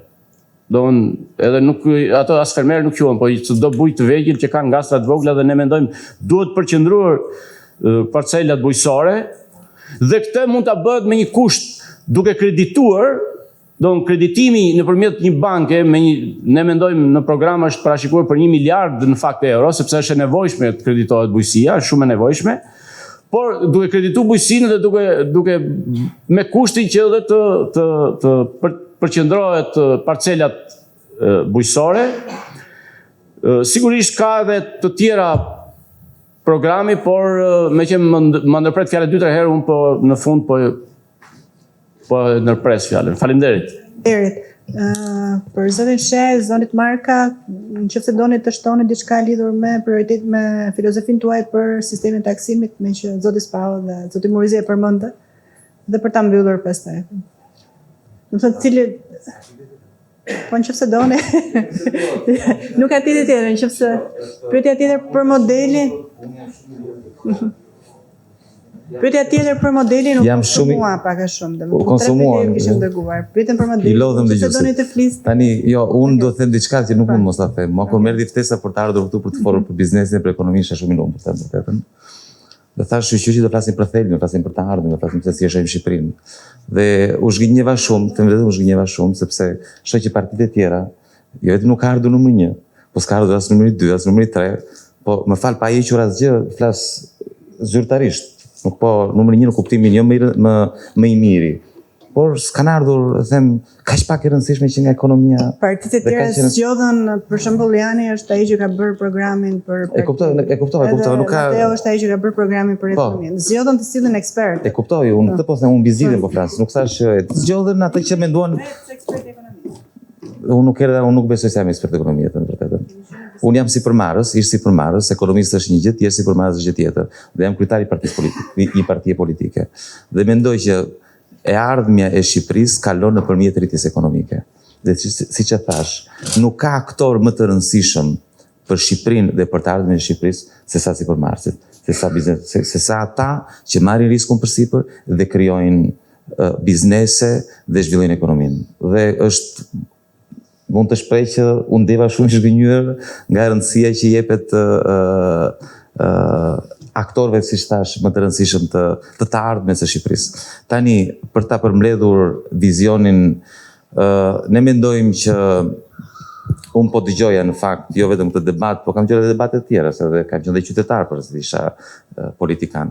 Dhe mendoj që po t'i ndrojmë datën, t'i heqim iPhone-at e fundit nga tavolina, shumë gjëra janë të njëjtat gjëra që thuhen për 30 vjetësh.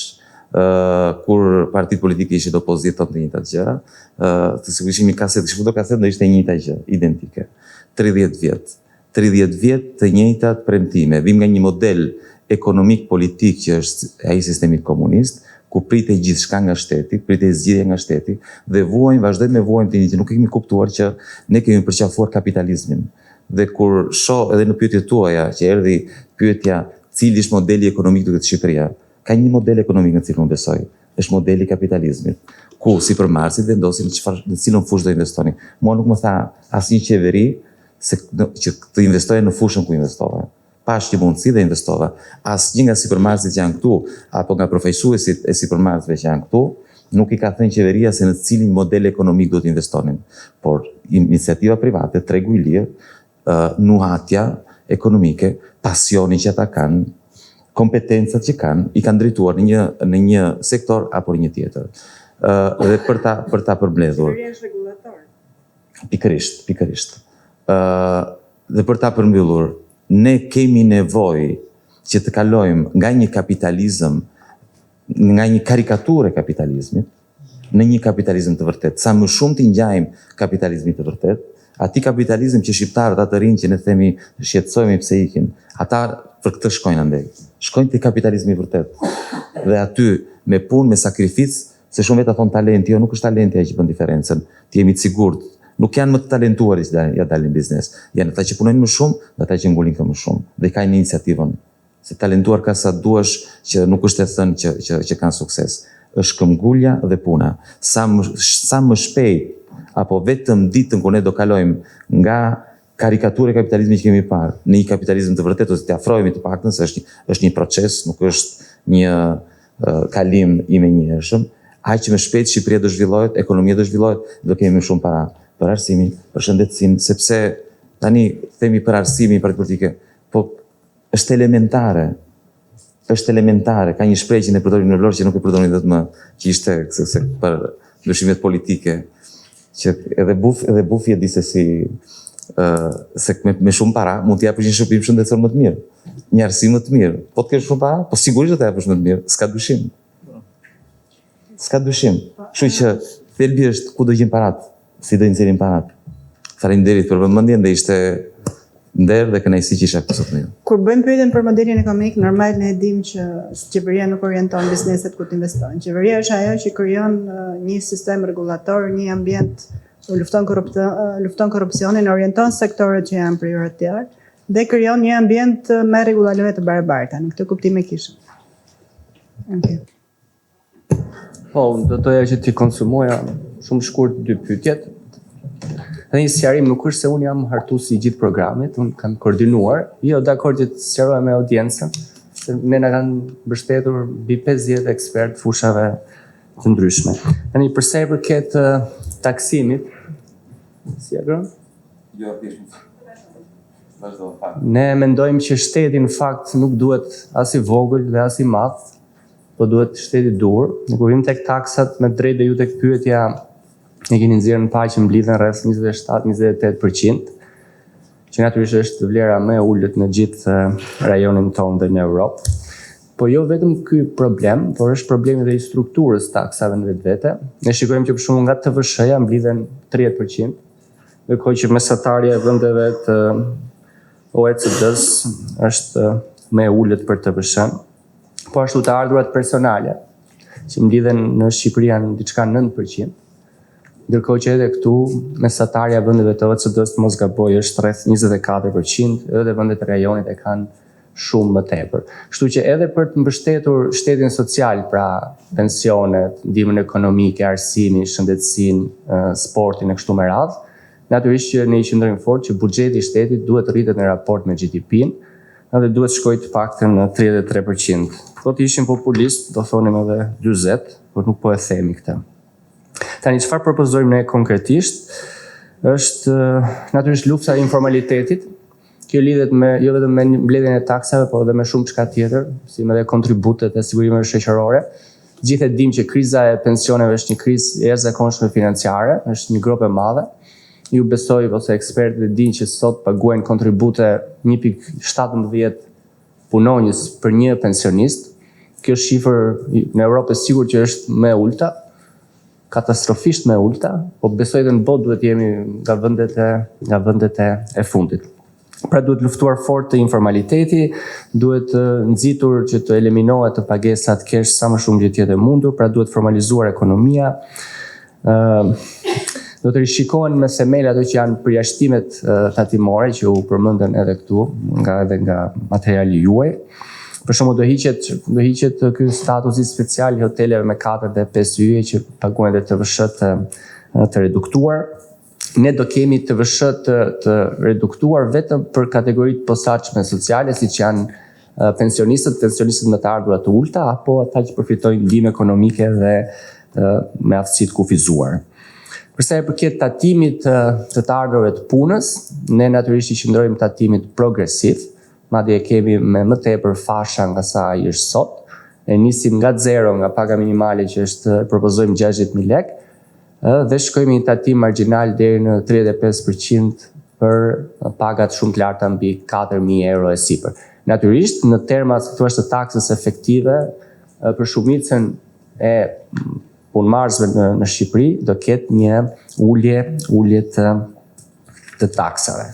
Tatimi dividendi duhet shkojë nga 6 duhet kthehet sërish në 15%, dhe për sa i përket tatimit të korporatave, ne edhe këtu nuk krijemi për tatimin e shesh të gjithë njësoj, ne duhet krijojmë si thuaç diferencime, për shembull për të incentivuar atë që ju e keni me rak konkurrencën me rajonin, ne do kemi edhe tatim nivel 3% për ato industri që sjellin teknologji të reja për shembull apo teknologji informacioni apo që rrisin produktivitetin dhe që na ngjisin lart në zinxhirin e vlerës.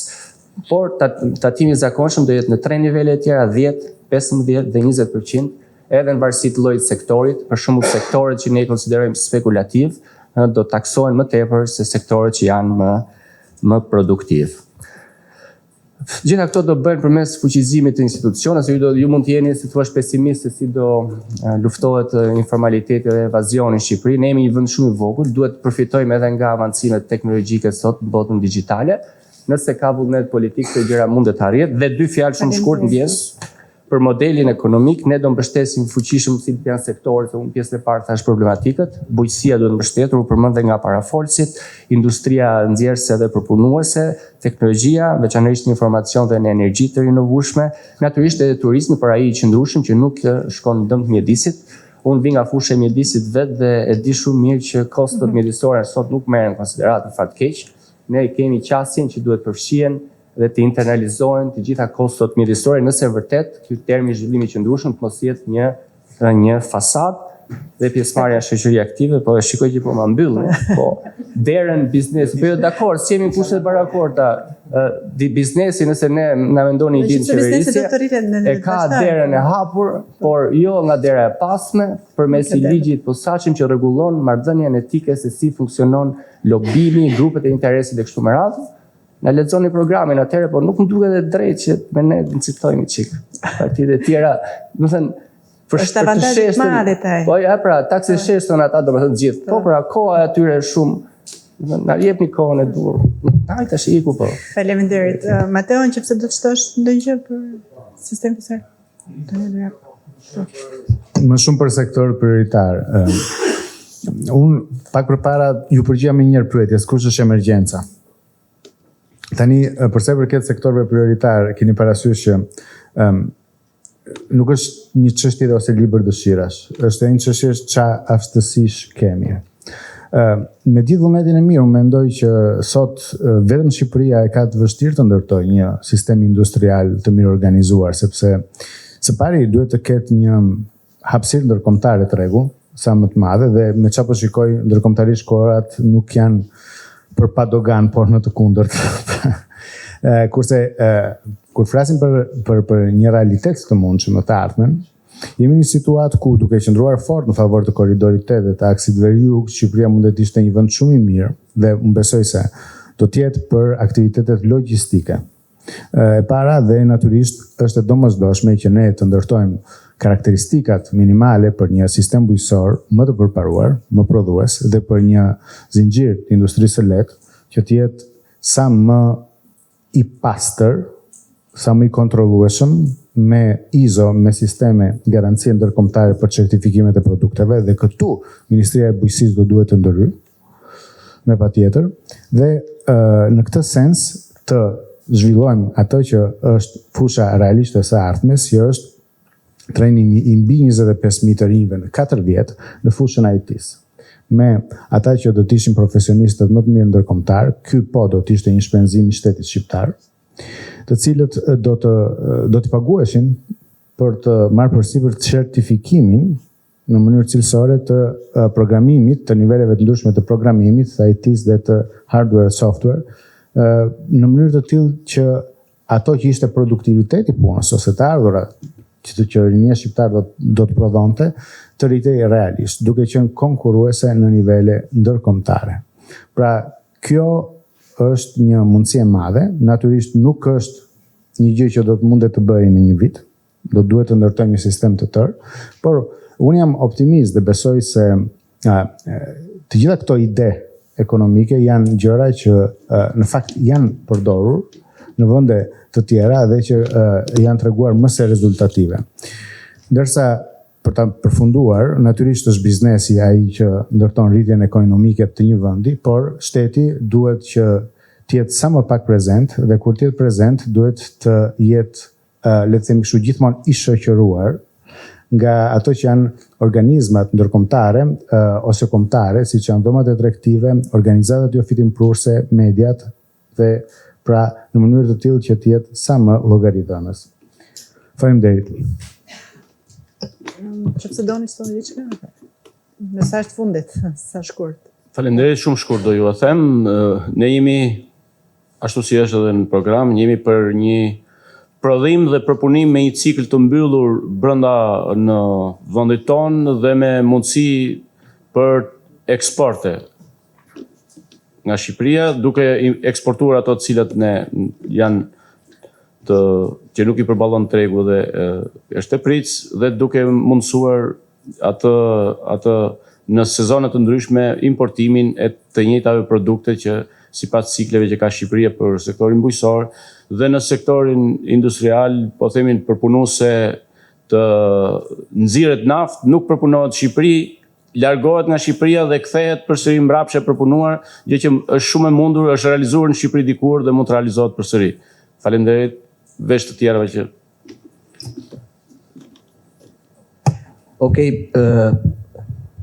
për një kështu përmbyllje, do doja që të falenderoja në radhë parë forcat politike, angazhimin e gjithë secilit.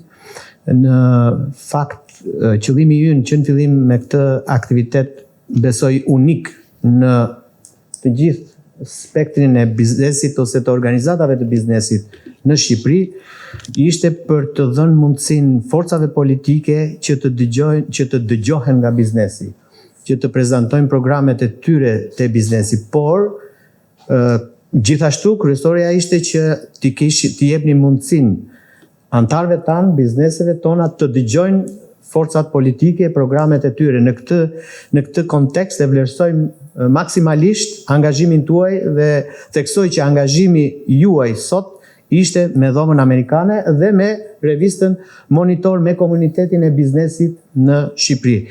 Në këtë konkluzion do doja gjithashtu të falenderoj edhe një herë bordin e dhomës me angazhimin e përhershëm me gjithë mbështetjen që na jep, përmenda dhe komitetet të cilat na kanë dhënë një kontribut jashtëzakonshëm. Ne prezantuam, nëse ju nuk arritët ta shikoni në fillim, prezantuam një material strategjik me rekomandime ekonomike shumë të rëndësishme që dhoma e ka publikuar tashmë në faqen e internetit, dhe besoj do të vijojmë në ditët në vijim për ta promovuar këtë set rekomandimesh në mënyrë që forcat politike t'i kenë në konsiderat si për fushatën zgjedhore, po edhe në të ardhmen mbas zgjedhjeve. Faleminderit dhe njëherë gjithë anëtarëve të dhomës të cilët u angazhuan për të dëgjuar. Shpresoj që për të gjithë ka qenë një event shumë i vlefshëm dhe eksperiencë shumë e mirë për ne. Faleminderit.